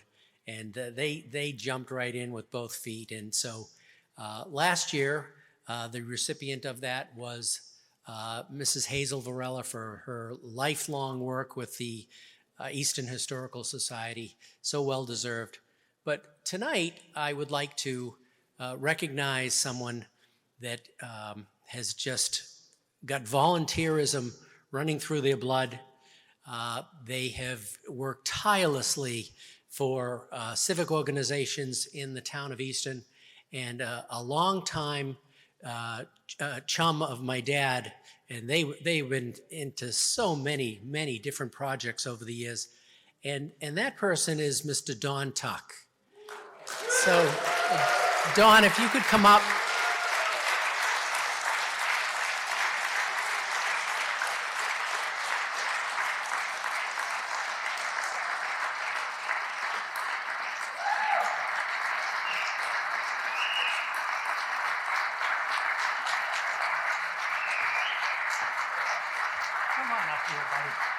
Celebrate by putting my Marguerite hat on. Right? Yes, and I can't say the half of it. Lee and Dawn went back to grammar school or grade school, Dad would tell me, and they started in the JCs in Easton in the 1960s and 70s, countless projects. They went into the Lions Club in the 80s and 90s, and this club that we have in Easton is just world class. We all know it. And then, you know, Lee came back. I think he got the idea from Skip Davis about the Bonita Lions Club, Bonita Springs, the thrift store. And Lee came back with that idea and talked with Don, and they went round and round. And the next thing you know, we could do that here. And they were up at the Grange Wednesdays and Saturdays, but it was Don Tuck that was on the boots on the ground the whole time, and he was there for so many years. Just a wonderful record of volunteerism. And I want to present you with the Avery Lee Williams Community Service Award. You are this year's recipient. Thank you so much. All right. Appreciate it. Now,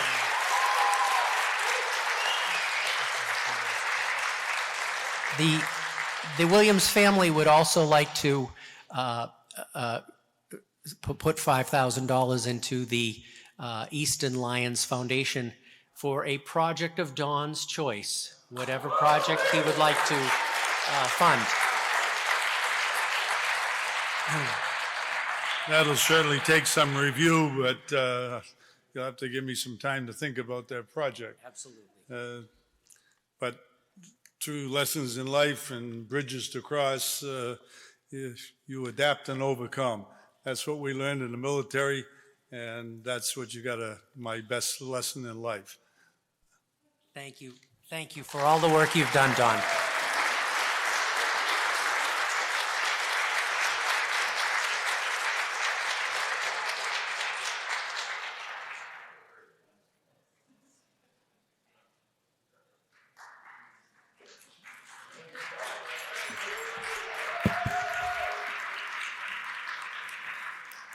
And before the band comes up, I have to correct an error of omission here. Senator Timilty, we're going to auction off your lunch now. Now, just saying, we got $250 from Craig Barger for Representative Doherty's lunch. So I'm going to start out Senator Timilty's at 1,000. What? All right. Let's start at 100 and we'll work our way to 1,000. Who will give me $100 for lunch with Senator Timilty? And remember, he's in the room. I have $100 here. Thank you very much. Who'll give me $125? $125 for the lunch for 4 and tour of the State House. $125. Thank you, Rob. $125 is the high bid presently for lunch with Senator Timilty and a tour of the State House. I have a $125 bid. Who will give me $150? $150 at this table here. Thank you, Sherry. $150 for the lunch and tour. May I have $175 from the room, please? $175. Thank you, John. $175 is our high bid. And who will give me $200, please? $200 in the room. I have $200 right here. Thank you so very much. You thought I was kidding at the 1,000, didn't you? $200 in the room. Who will give me $225? $225. Thank you to the lady at the table here. $225 is our high bid at present.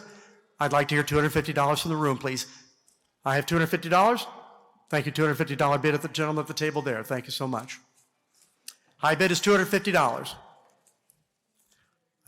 Obviously, we believe in equity here. $275 then. If I hear $275 from the room, we have $275 the lady at the table here. Thank you. $300 at the table here, gentlemen. Thank you so much, sir. $300 from the gentleman at the table here. Can I hear $325 from the room, please? $325 from the lady at the table here.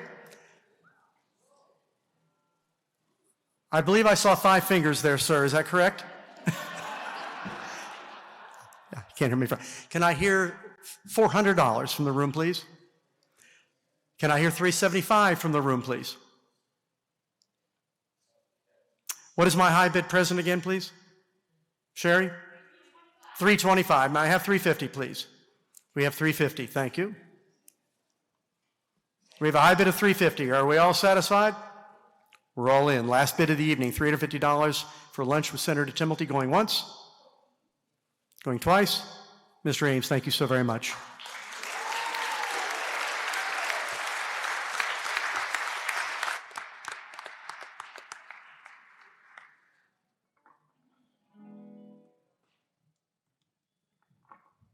Check. Hello. We auction off lunch with Dan Cohen here on bass. $1, all right? Ladies and gentlemen, we'd just like to have you stay and have some fun in this part of the program. This is a band that's been highlighted in the Easton Live music series, and their name is 4 in a Row. You can't hear me. Okay, well, without further ado, 4 in a Row. Come on up and dance.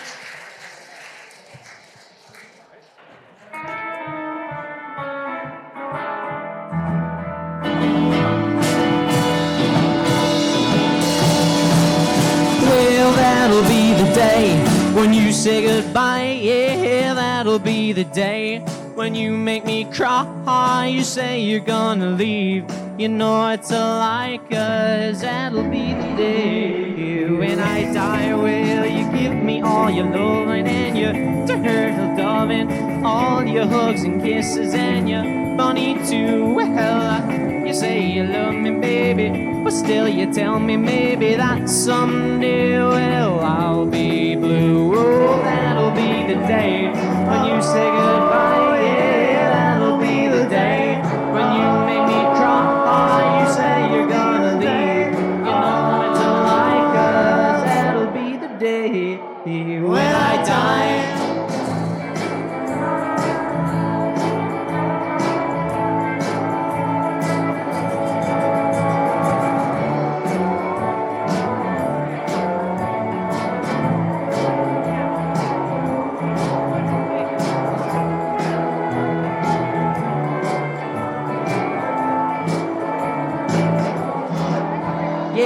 That'll be the day when you say goodbye. Yeah, that'll be the day when you make me cry. You say you're gonna leave.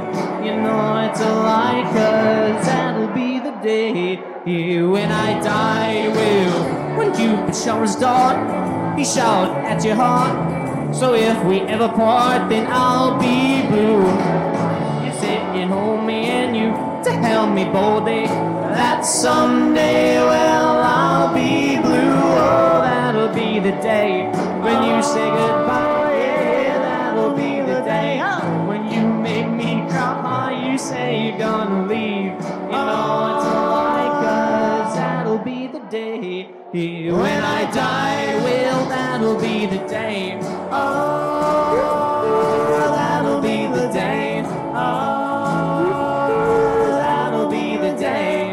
Oh, that'll be the day.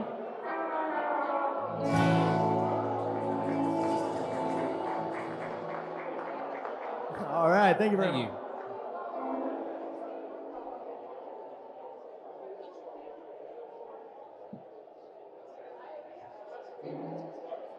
There we go, little Beatles here for you.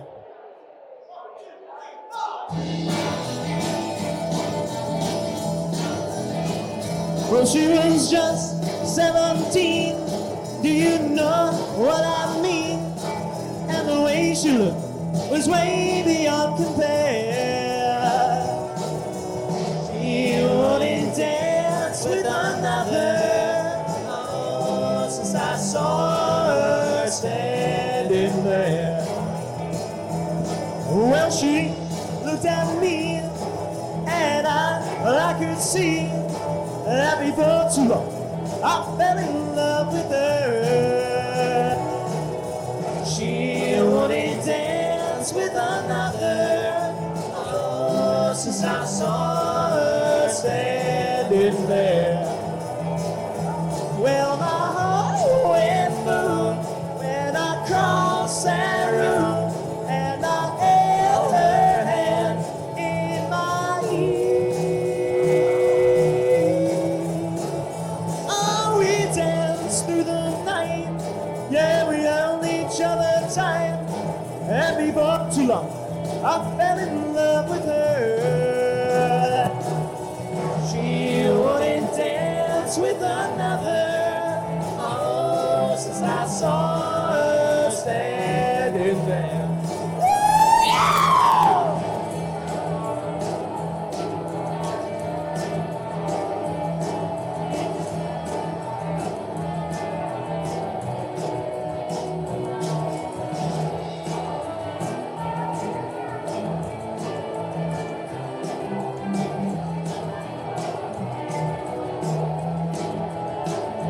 Well, my heart went boom when I crossed that room, and I held her hand in my ear.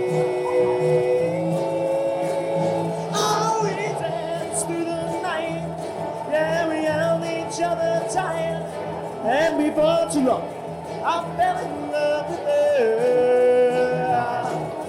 She wouldn't dance with another. Oh, since I saw her standing there. Well, since I saw her standing there.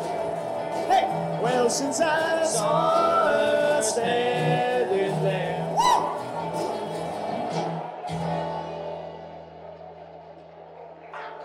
Thanks, Dan.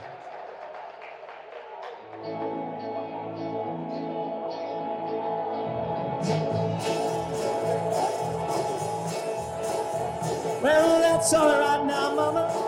That's alright with you. I said, that's alright now, mama. Any way you do, that's alright. That's alright. So that's alright now, mama. Any way you do. Now, mama, she done told me. Papa done told me too. Said something that girl you're fooling with, she ain't no good for you. That's alright. That's alright. So that's alright now, mama. Any way you do.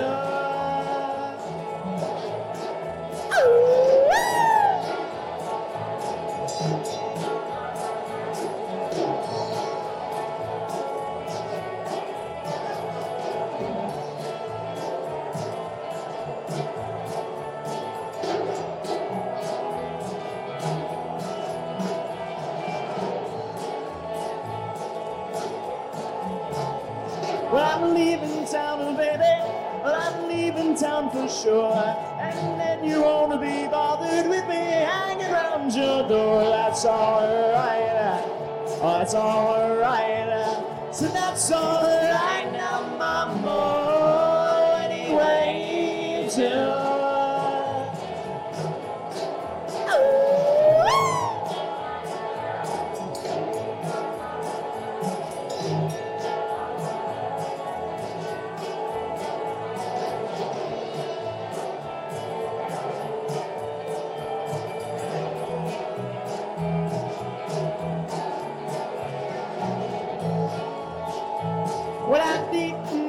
dee dee, la dee dee do, la dee dee dee. I need your loving. Oh, that's all right. So that's all right now, mama. Anyway, you do. So that's all right now, mama. Anyway, you do.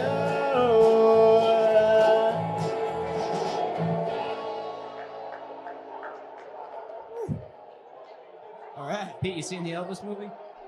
Who's Elvis? I don't know.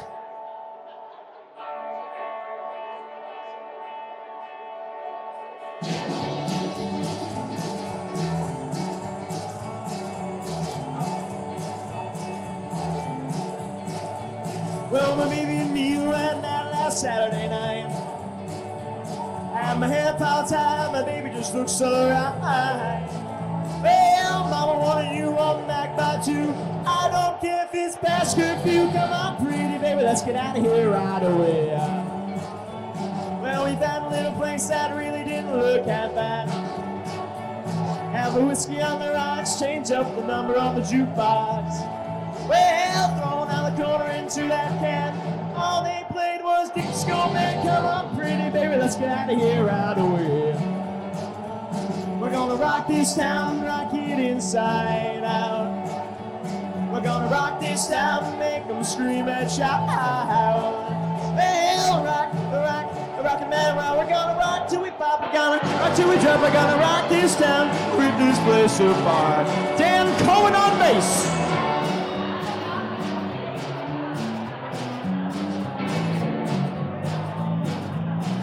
Peter Lee on rhythm guitar.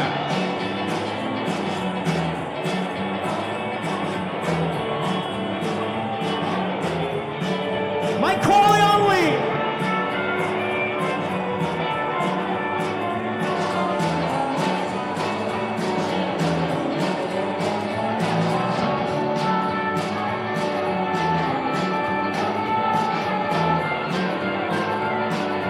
Adam Vitale on drums.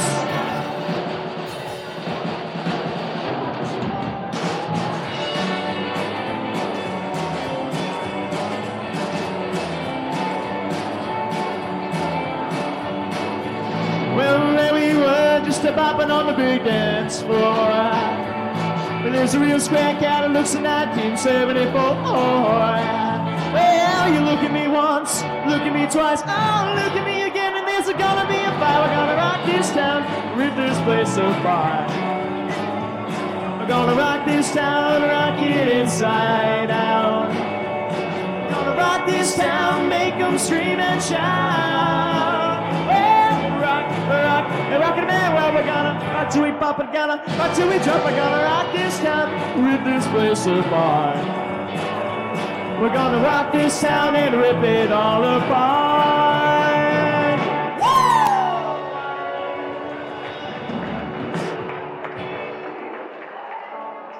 There we go, I got a couple of dances. Hey.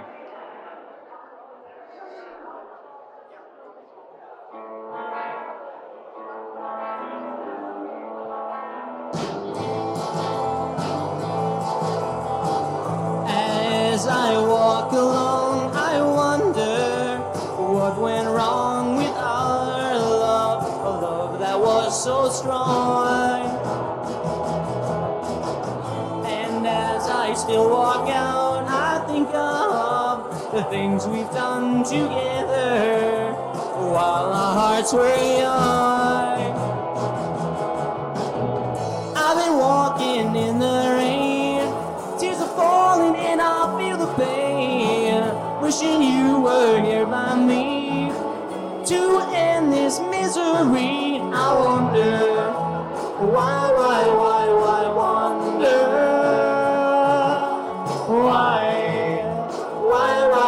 wonder why she ran away, and I wonder where she will stay.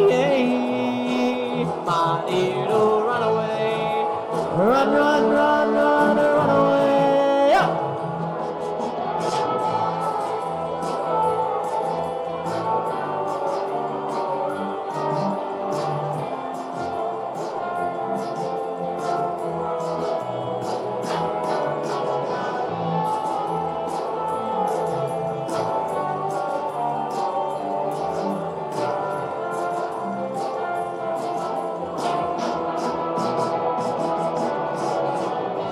we're walking in the rain. Tears are falling and I feel the pain. Wishing you were here by me to end this misery. And I wonder why wonder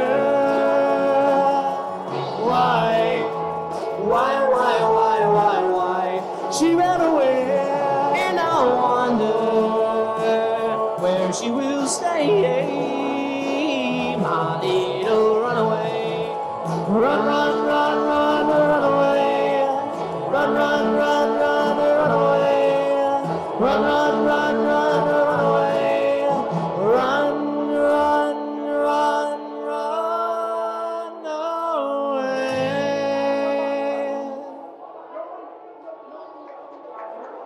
Thank you. Thank you.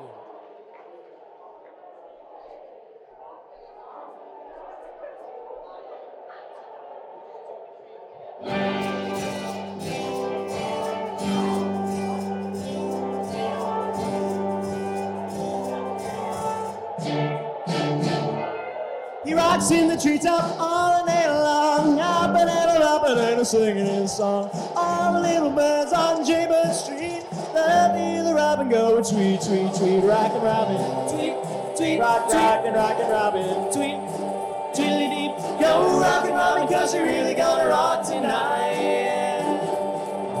Every little swallow, every chickadee, every little bird in the tall oak tree, the wilds all out, the big black crow, flapping their wings, saying, go bird, go rockin' robin, tweet, tweet, rockin', rockin', robin, tweet, tweedly deep, go rockin' robin, 'cause you're really gonna rock tonight. Well, the pretty little raven and the birdman net started out of Papa, and it really was grand.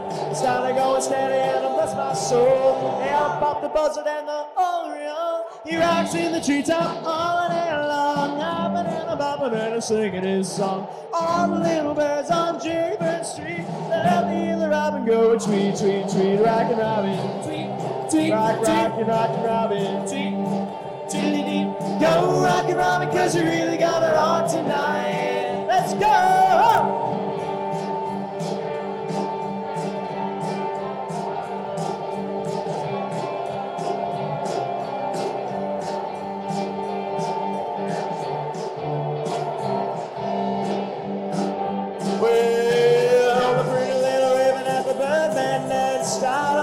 And it really was grand. Started going steady and bless my soul. Hey, I'll pop the buzzard and the oriole. He rocks in the treetop all day long, hopping and a bopping and a singing his song. All the little birds on Jaybird Street, they'll be the robin going tweet, tweet, tweet, rockin' robin, tweet, tweet, rockin', rockin', robin, tweet, go rockin' robin, 'cause you're really gonna rock tonight. Go rockin' robin, 'cause you're really gonna rock tonight. Go rockin' robin, 'cause you're really gonna rock tonight.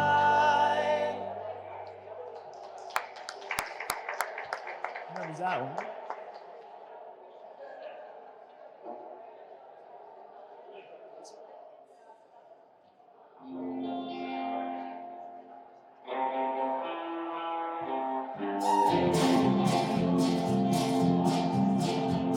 I hear the train a-comin', it's rolling around the bend, and I ain't seen the sunshine since I don't know when.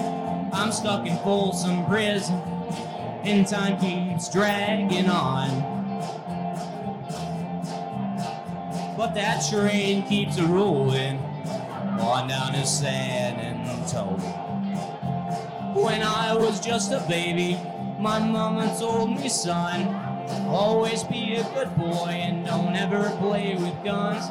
But I shot a man in Reno just to watch him die. And I hear that whistle blowing, oh, I hang my head and cry.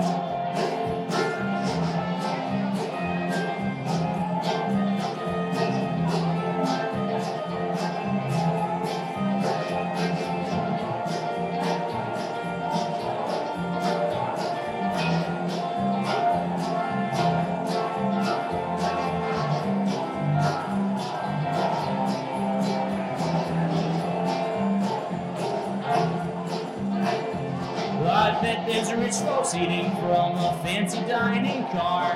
They're probably drinking coffee, man, and they're smoking them big cigars. Well, I know I had it coming. I know I can't be free when those people keep moving. Oh, and that's what tortures me. Well, if they freed me from that prison, if that railroad train was mine, I bet I'd move it on a little farther down the line, far from Folsom Prison. That's where I want to stay. Well, I'd let that lonesome whistle, oh, it blow my blues away.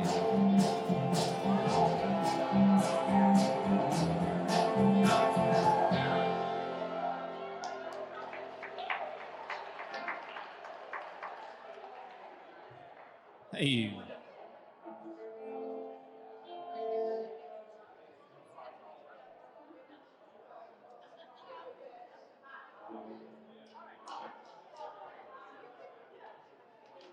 All right, here's an Eddie Cochran song.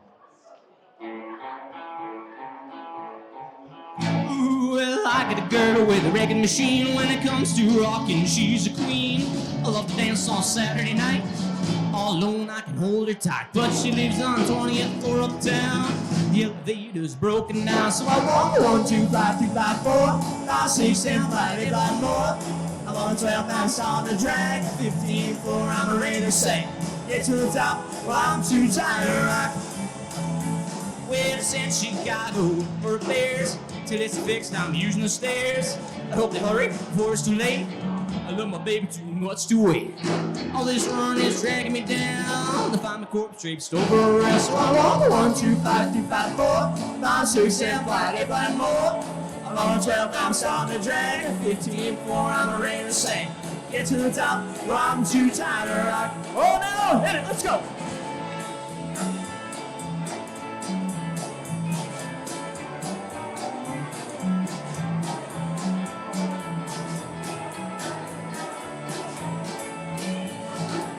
Chicago for repairs. Till it's fixed, I'm using the stairs. Hope they hurry before it's too late. I love my baby too much to wait. All this running is dragging me down to find my corpse draped over a rest. I walk 1, 2, 5, 3, 5, 4, 5, 6, 7, 5, 8, 5 more. I'm on 12, I'm starting to drag. 15th floor, I'm ready to sing. Get to the top, well, I'm too tired to rock.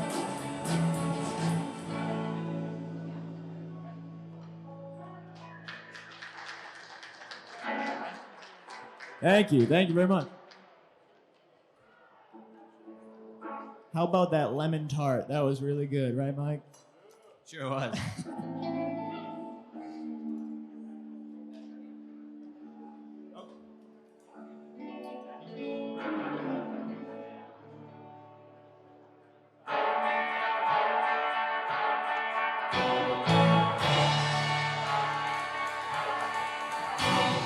Bringing it back, bringing it back, bringing it back, yeah. Bringing it back, bringing it back, bringing it back, yeah. I cruise around with the radio, I'll make it feel alright, make it feel alright. Wide open highway and the sun going down, make it feel alright, make it feel alright. I grab my guitar and pick out a song. You wear that pretty dress and never could go wrong. We had no money but never seemed to care. Our love took us everywhere. Bring it back, oh, bring it back, bring it back, bring it back, bring it back again. Bring it back, yeah. I cruise around in a ragtop ride, make it feel alright, make it feel alright.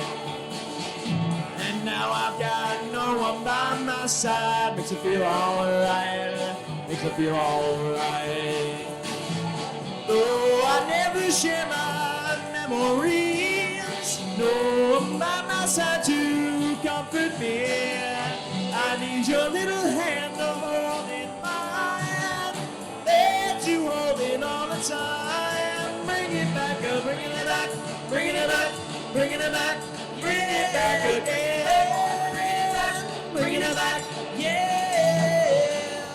Is it any wonder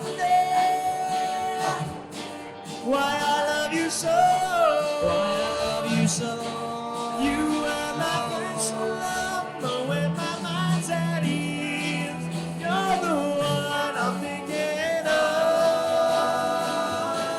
Bring it back, oh, bring it back, bring it back, bring it back, bring it back again. Bring it back, yeah. I cruise around with the radio on, make it feel alright, make it feel alright. And now I've got no one by my side, makes it feel alright, makes it feel alright. Though I never share my memories, no one by my side to comfort me. I need your little hand to hold in mine. Hold it all the time. Bring it back, bring it back, bring it back, bring it back, bring it back again. Bring it back, bring it back again. Bring it back, bring it back, bring it back again.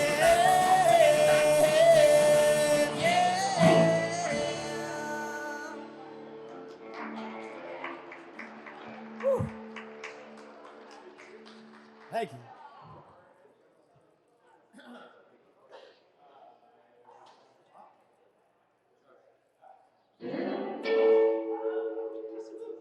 For all you late night folks out there.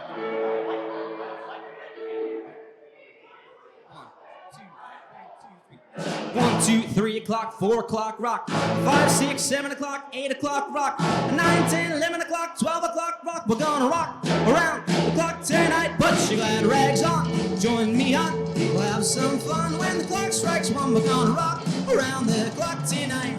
Rock, rock, rock till broad daylight. We're gonna rock around the clock tonight.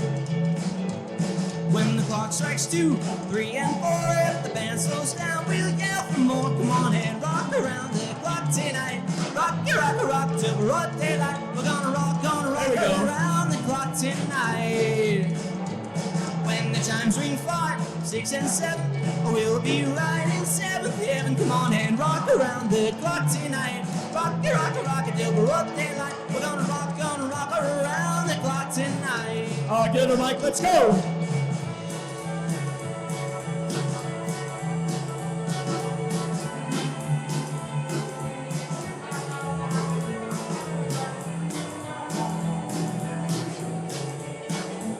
When the clock strikes 10, 11, 2, I'll be going strong, and so will you. Come on and rock around the clock tonight. Rock till broad daylight. We're gonna rock around the clock tonight. Blow it, Pete, let's go.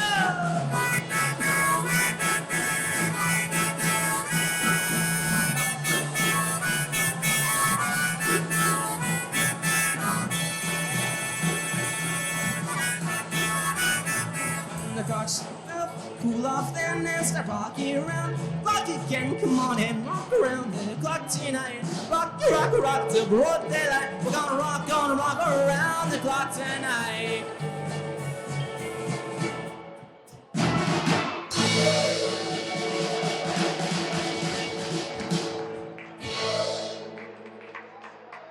Yeah. Let's keep them dancing.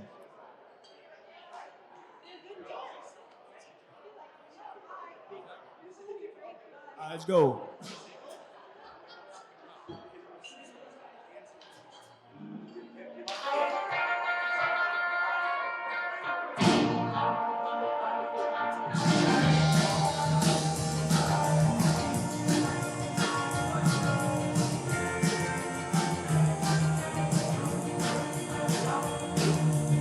Louisiana, close to New Orleans, way back up in the woods among the evergreens. We stood a log cabin made of earth and wood. There lived a country boy named Johnny B. Good, who never ever learned to read or write so well, but he could play a guitar just like a ring of a bell. Go, go, go, Johnny, go, go, go, go, Johnny, go, go, go, go, Johnny, go, go, go, go, Johnny, go, go, go. Ow! Johnny be good. He used to carry his guitar and a gun and set. sitting at the tree by the railroad track. Oh, engineer, see him sitting in the shade, strumming to the rhythm that the driver's playing. Well, people passing by, they would stop and say, oh my, what that real country boy can play. Go, go, go, Johnny, go, go, go. Go, Johnny, go, go, go. Go, Johnny, go, go, go. Go, Johnny, go, go, go. Ow, Johnny, be good.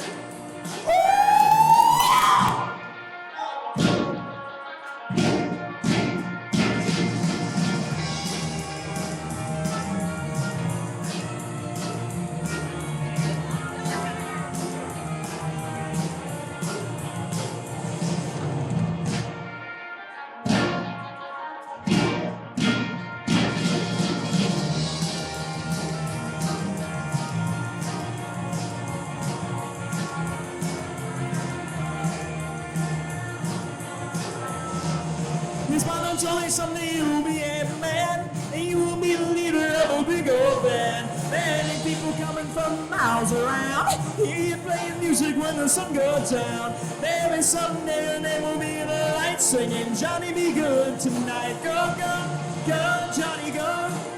Go, go, go, Johnny, go. Go, go, go, Johnny, go. Go, go, go, Johnny, go. Go. Oh, Johnny, be good.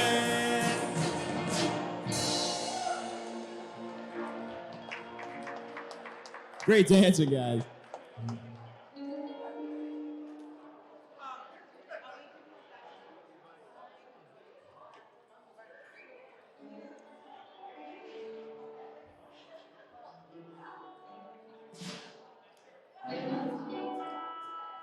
Anybody out there know Dion on the Belmonts? Anyone? A couple people, I'm sure. Dion? How about us?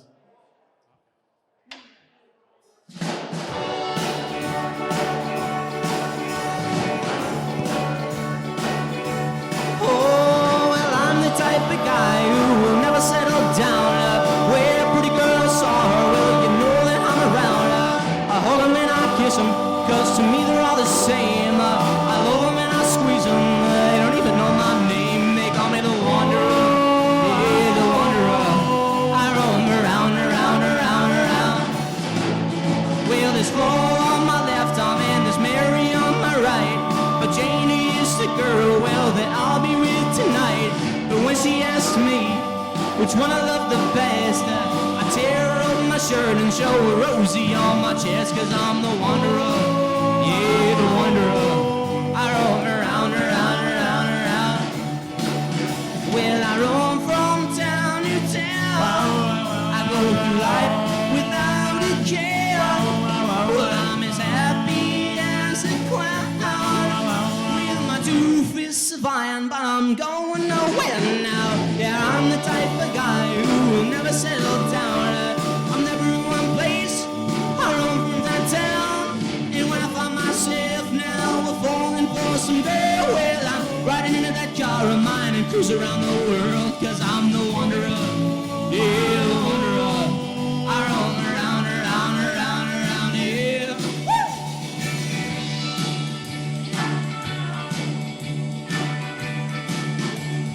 Wow, ow.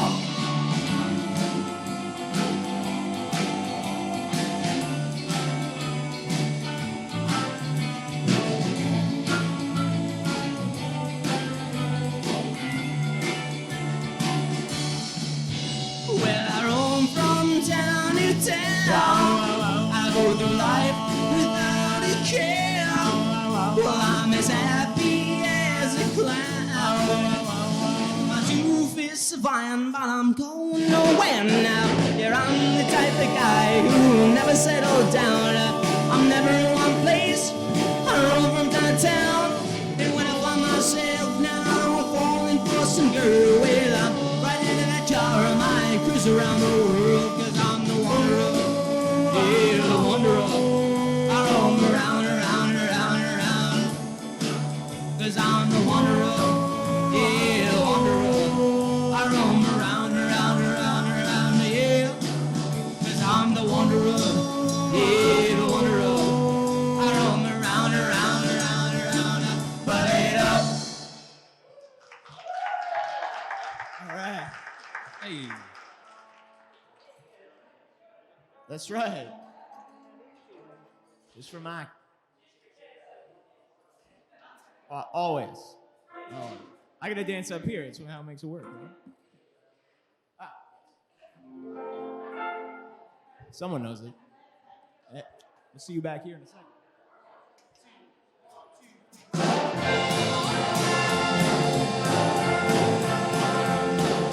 Get out in that kitchen and rattle those pots and pans. Get out in that kitchen and rattle those pots and pans.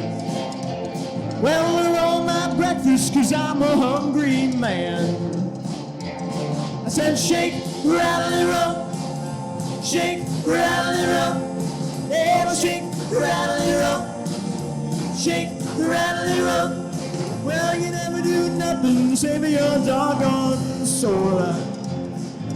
Wearing those dresses, yeah, nothing up so nice. Wearing those dresses, yeah, nothing up so nice. Well, you look so warm, but your heart is cold as ice. I said, shake, rattle, and roll. Shake, rattle, and roll. Yeah, shake, rattle, and roll. Shake, rattle, and roll. Well, you never do nothing to save your doggone soul. Woo! Go! Go! Go! Go! Go! I'm like a one-eyed cat peeping in a seafood store. I'm like a one-eyed cat peeping in a seafood store. Well, the more I work, you don't love me no more. But I believe you're doing me wrong, and now I know. Oh, I believe you're doing me wrong, and now I know. Well, the more I work, the faster my money goes. Woo! Shake, rattle, and roll. Shake, rattle, and roll. Yeah, shake, rattle, and roll. Shake, rattle, and roll. Well, you never do nothing to save your doggone soul. Shake, rattle, and roll.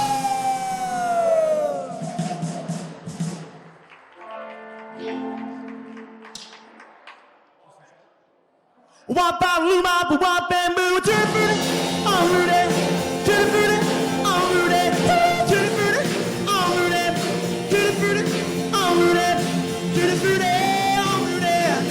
Wop, bop, loom, bop, wop, bamboo. I gotta get named Sue, knows just what to do.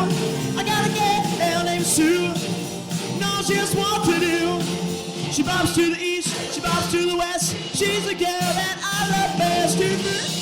On Rudy, to the booty, on Rudy, to the booty, on Rudy. Wop, bop, loom, bop, wop, bamboo. I gotta go, name Daisy, always drive me crazy. I gotta get nail named Daisy, always drive me crazy. She knows I love me, yes indeed. She's a girl for me. To the booty, on Rudy, to the booty, on Rudy, to the booty, on Rudy. Wop, bop, loom, bop.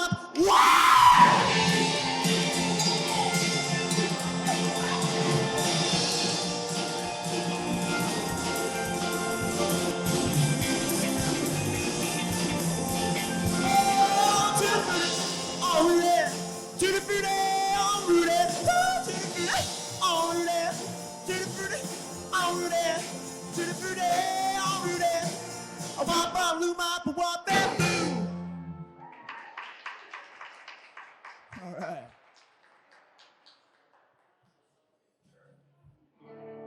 This one is audience participation.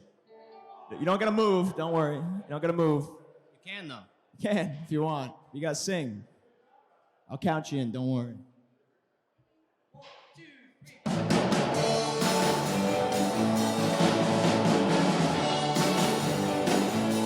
Well, shake it up, baby, now. Shake it up, baby. Twist and shout. Twist and shout. Come on, come on, come on, come on, baby. Now. Come on, baby. Come on and work it on out. Work it on out.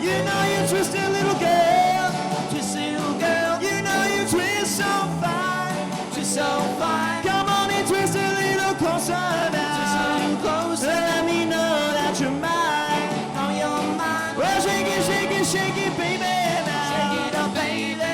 Twist and shake. Twist and shout. Come on, come on, come on, come on, baby. Now. Come on, baby. Come on and work it on. Head on out. All right, now on the count of 4, open up your mouths and say ah. All right, can we do that? I know you can. All right, here we go. 1, 2, 3, 4.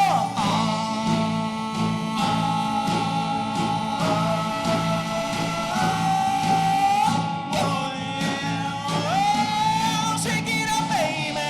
Shake it up, baby. Twist and shout. Twist and shout. Come on, come on, come on, come on, baby. Come on, baby. Come on and work it on. You know you twisted little girl. Twisted little girl. You know you twist so fine. So fine. Come on and twist a little closer now. Twist a little closer. Let me know that you're mine. Know you're mine. Well, shake it, shake it, shake it, baby. Now. Shake it up, baby. Well, shake it, shake it, shake it, baby. Now. Shake it up, baby. Well, shake it, shake it, shake it, baby. Now. Shake it up, baby.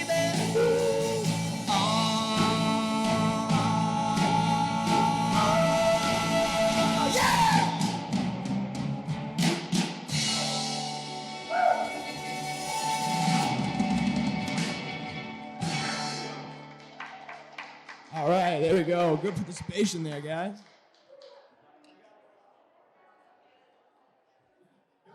Doing both jobs same time. Oh, cool.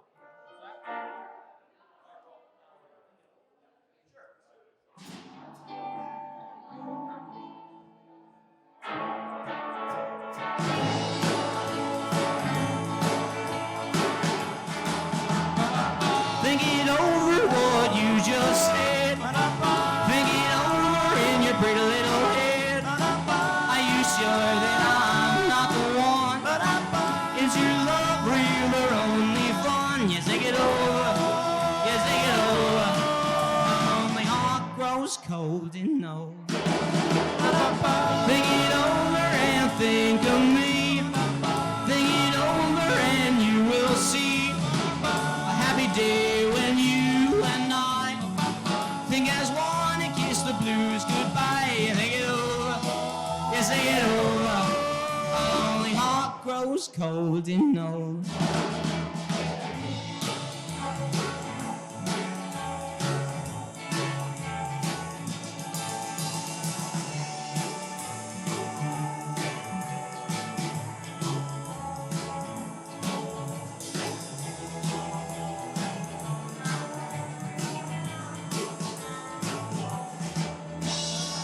Think it over and let me know. Think it over, boy, don't be slow. Just remember all the birds and bees. Go back to Sir Life's history to think it over. Yes, think it over. My only heart grows cold and no. Think it over, over and over. Think it over, over and over. Think it over, over and over. Think it over, over and over. Yeah, thank you.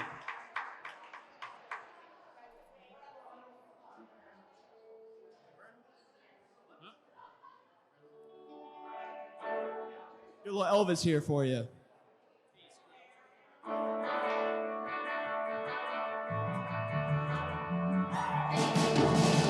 Lord Almighty, I feel my temperature rising.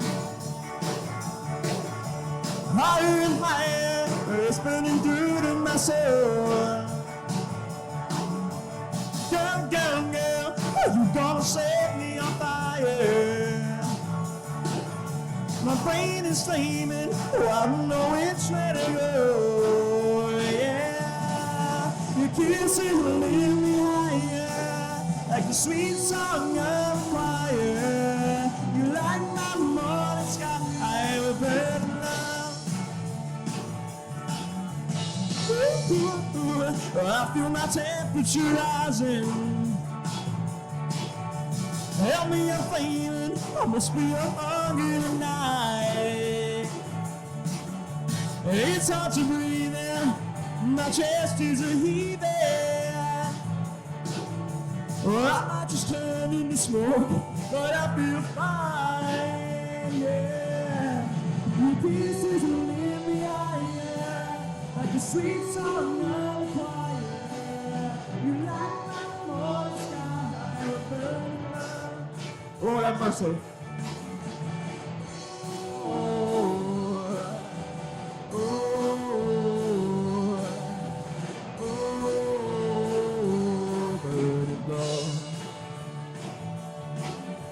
It's coming closer, the things are now licking my body.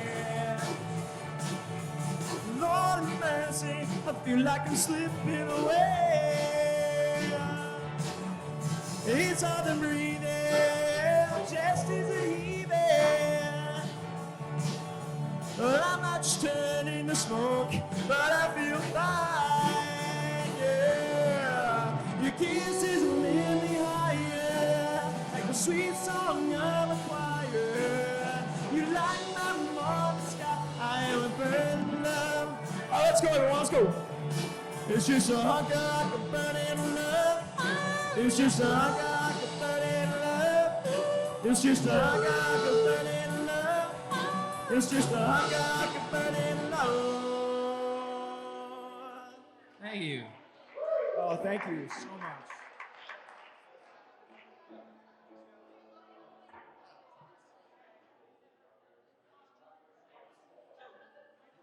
Big cheers, big clap for the staff here, everyone. Absolutely.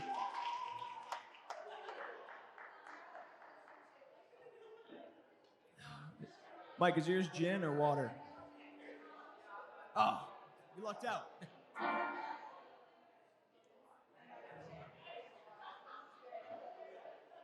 right, this next one's for all you Fats Domino's fans out there.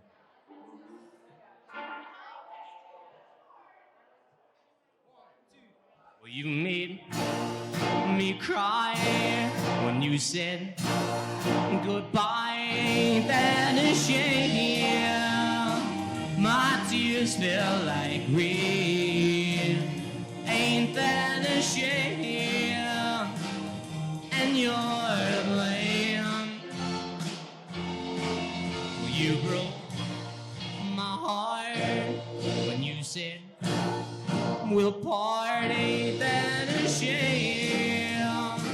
My tears fell like rain. Ain't that a shame? And you're to blame. Well, you broke my heart when you said we'll part. Ain't that a shame? My tears fell like rain. Ain't that a shame? But you're to blame. All right, P, why don't you do one for me? Go ahead.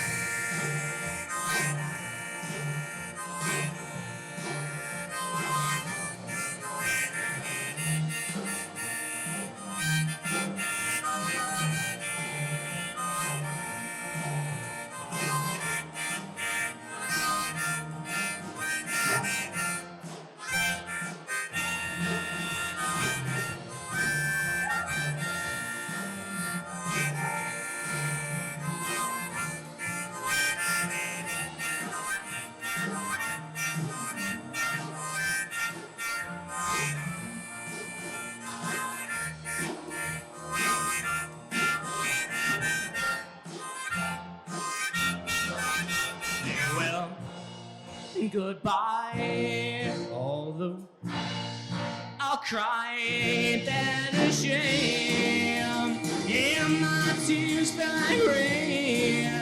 Ain't that a shame? And you're to blame.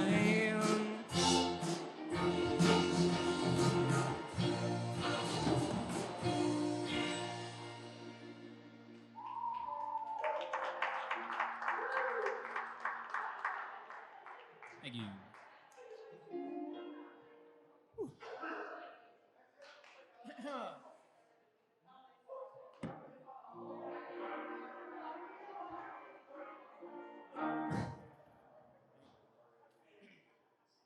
this is a lesson for you. The night was clear and the moon was yellow and leaves came tumbling down. I was standing on the corner when I heard my bulldog bark. He was barking up the two men who were gambling in the dark. It was Staggerly and Billy, two men who gambling, till Billy threw seven but swore that he threw away. Staggerly told Billy, I can't let you go with that.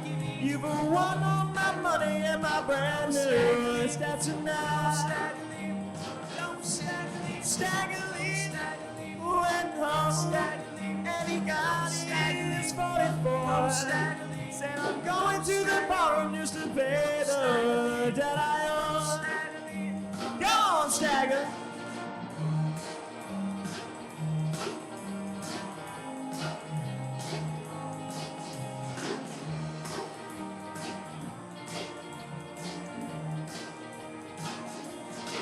Staggerly went to the barroom and he stood across the barroom floor. He said, nobody move, and he pulled his 44. Staggerly cried Billy, oh please don't take my life. I got 3 little children and a very sickly wife.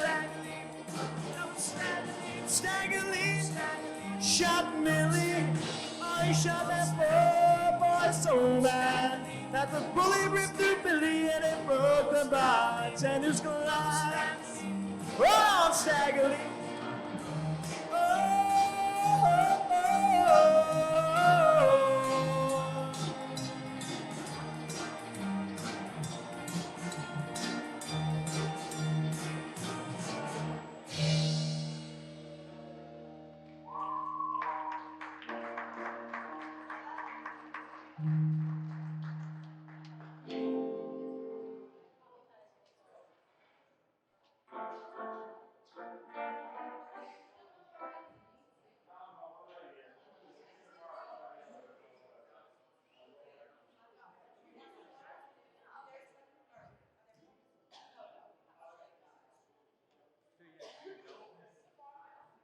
all right. The bidding for Dan, A Lunch with Dan, is still open. We're still at $1. Actually, I think you need to pay someone now. Yeah, I'm not going. What kind of lunch? What are you gonna have? Peanut butter sandwich. Jumpin' Joe.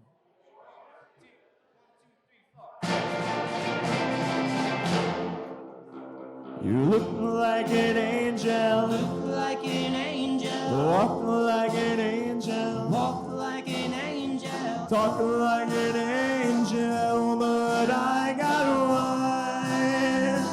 You're the devil in disguise. Oh yes you are, devil in disguise. Oh, you fooled me with your kissing. You cheated and you schemed. Heaven knows that you lied to me. You're not the way you seem. You look like an angel. Look like an angel. Walk like an angel. Walk like an angel. Talk like an angel, but I got wise. You're the devil in disguise. Oh yes you are, devil in disguise. Oh, I thought that I was in heaven, but I was so surprised. Heaven knows that you lied to me. The devil's in your eyes. You look like an angel. Look like an angel. Walking like an angel. Walk like an angel. Talking like an angel. But I got wise. You're the devil in disguise. Oh, yes, you are. Devil in disguise. Oh.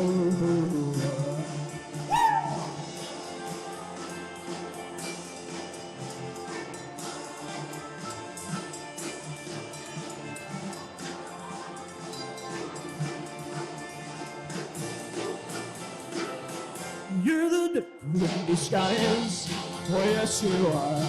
Devil in disguise. Oh, you're the devil in disguise. You're the devil in disguise. Oh, yeah.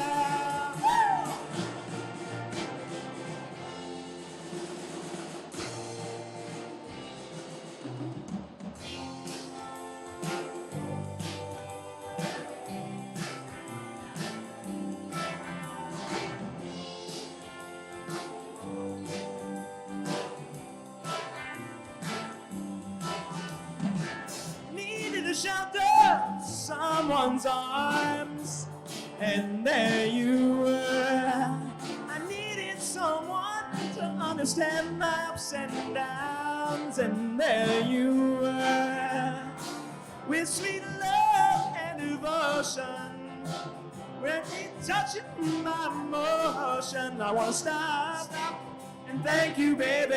I wanna stop and thank you, baby. Oh yeah, how sweet it is to be loved by you. How sweet it is to be loved by you. Close my eyes at night and wondering what I'd be without you in my life. Everything was such a bore.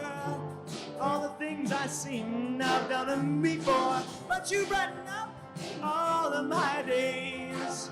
Love's so sweet in so many ways. I wanna stop and thank you, baby. I wanna stop and thank you, baby. Oh yeah, how sweet it is to be loved by you. Ooh yeah, how sweet it is to be loved by you.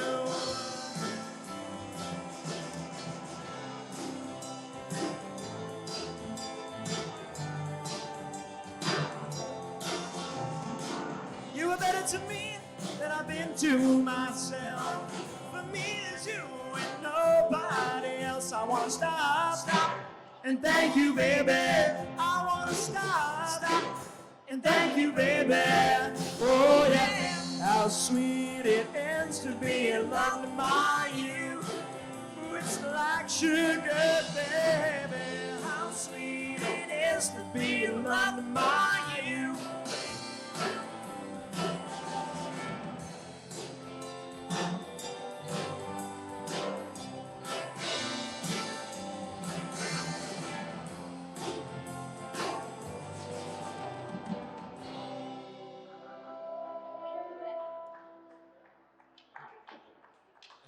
Hey, you. A little medley for you.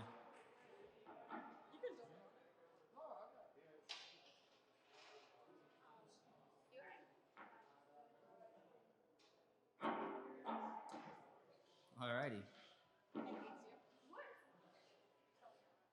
Big Elvis fans up here. Yeah. When's the last time you guys closed at a club? I mean, come on now. Right? All right.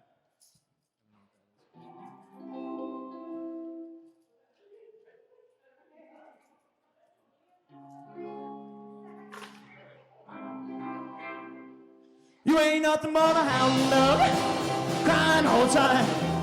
You ain't nothing but a hound dog, crying all the time. Well, you ain't that color rabbit and you ain't no friend of mine. Well, said you was high class, well, that was just a lie. Well, said you was high class, well, that was just a lie. Well, you ain't that color rabbit and you ain't no friend of mine. Let's hear it, Mike.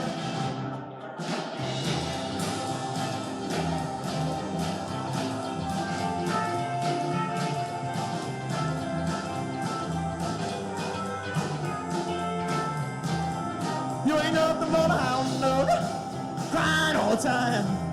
You ain't nothing but a hound dog, crying all the time. Well, you ain't never kind of rapping and you ain't no friend of mine. When I said you was high class, well, that was just a lie. When I said you was high class, so that was just a lie. Well, you ain't never kind of rapping and you ain't no friend of mine. Whoa, hey!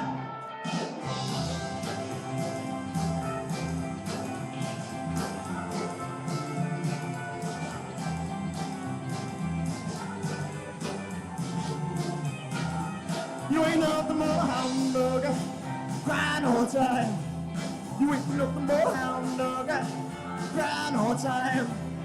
Well, you ain't never gonna love it. You ain't no friend of mine.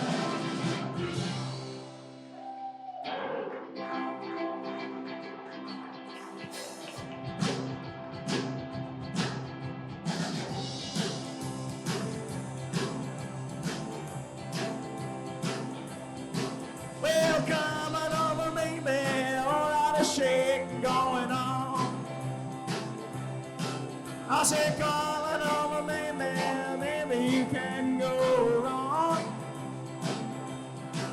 Come on over, oh yeah, all out of shaking going on. I said, come on over, baby, we got chicken in the morning. I said, come on over, baby, we got the bull by the horn.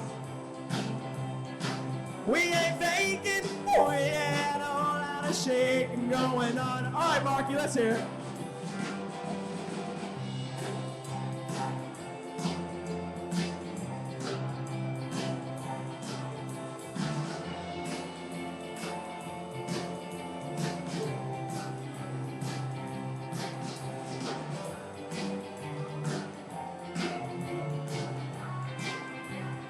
All right, let's quiet down now. I'll show you how a band comes together. Since we're real intimate right now with each other. I know all of you real close. All right. I'll bring them each one at a time. Now every song needs that bass, so let's hear it, Dan. Let's go. Let's do this. All right, Mark, keep that drink down, help him out.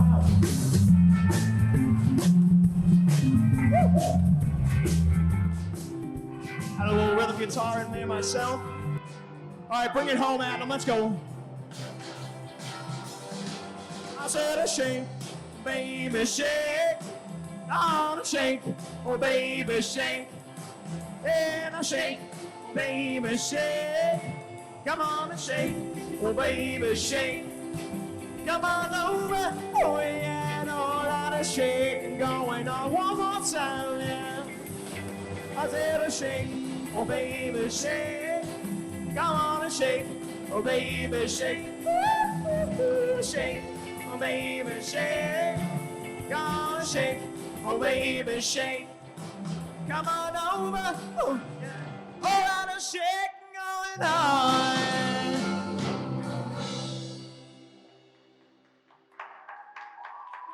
All right, thank you. Thank you for sticking with us. All right. He brought his blanket. He's ready to go, you know? All right, we got a few more songs for you. This next one. All right. Well, this next one is a little summary of a dedication to you, all you out there that are still with us, and those who left too. You know. Hopefully Mike clues me in on what song this is.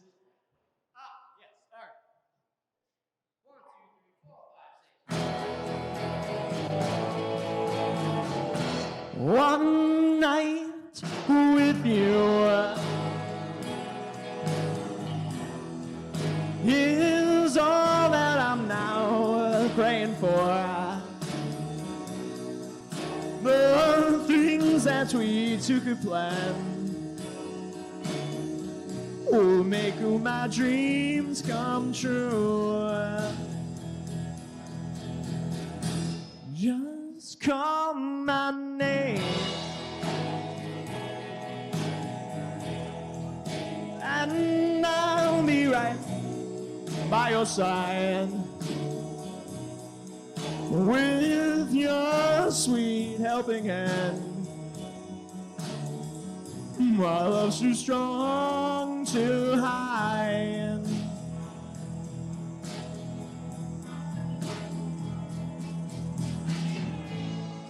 Always live a very quiet life. I never did no wrong. Now I know my life without you has been too lonely, too long. One night with you is all that I'm now praying for. The things that we took a plan will make all my dreams come true. All right, boys, let's go. Let's hear it.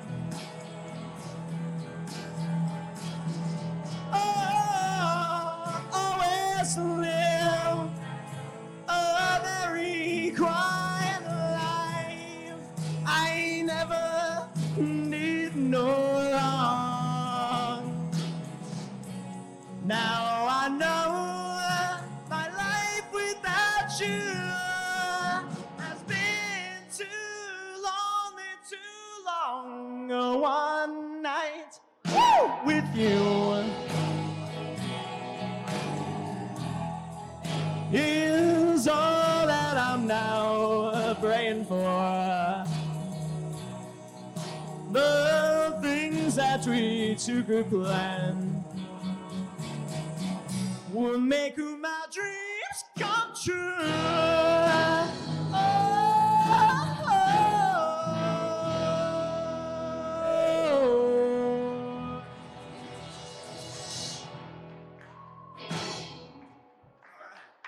Thank you very much, everybody. We're going to leave you with one more song. Another Elvis tune. Gosh darn. Making me work for it tonight, jeez.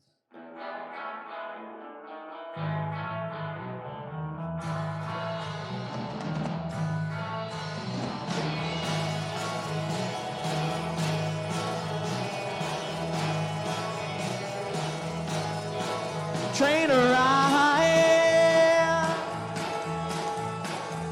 16 coaches long. Train ride, 16 coaches long.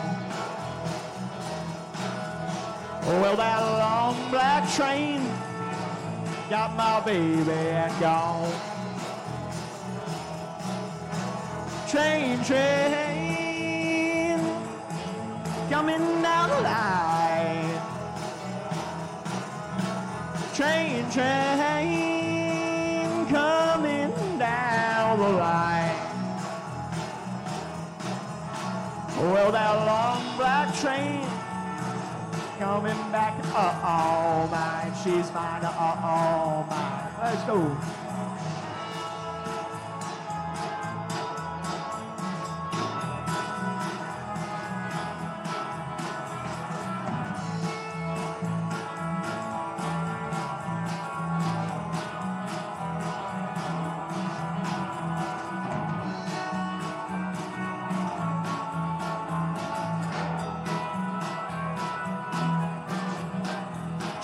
Train, coming around the bend. Train, coming around the bend. Well, it's taking my baby, but it never will again. Dan Cohen on bass.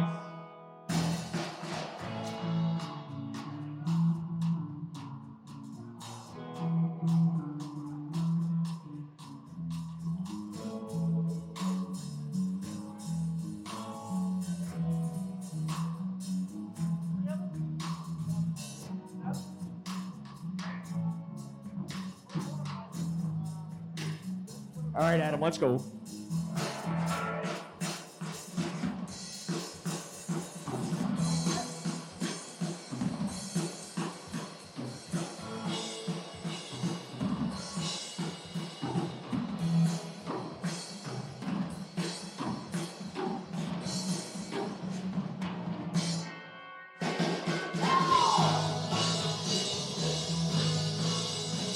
train.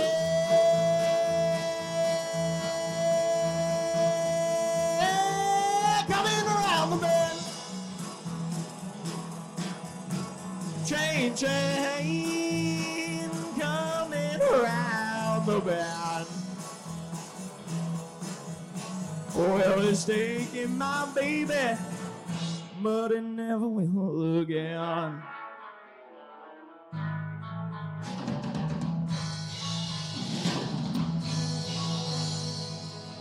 All right, thank you everyone. We appreciate coming out here tonight.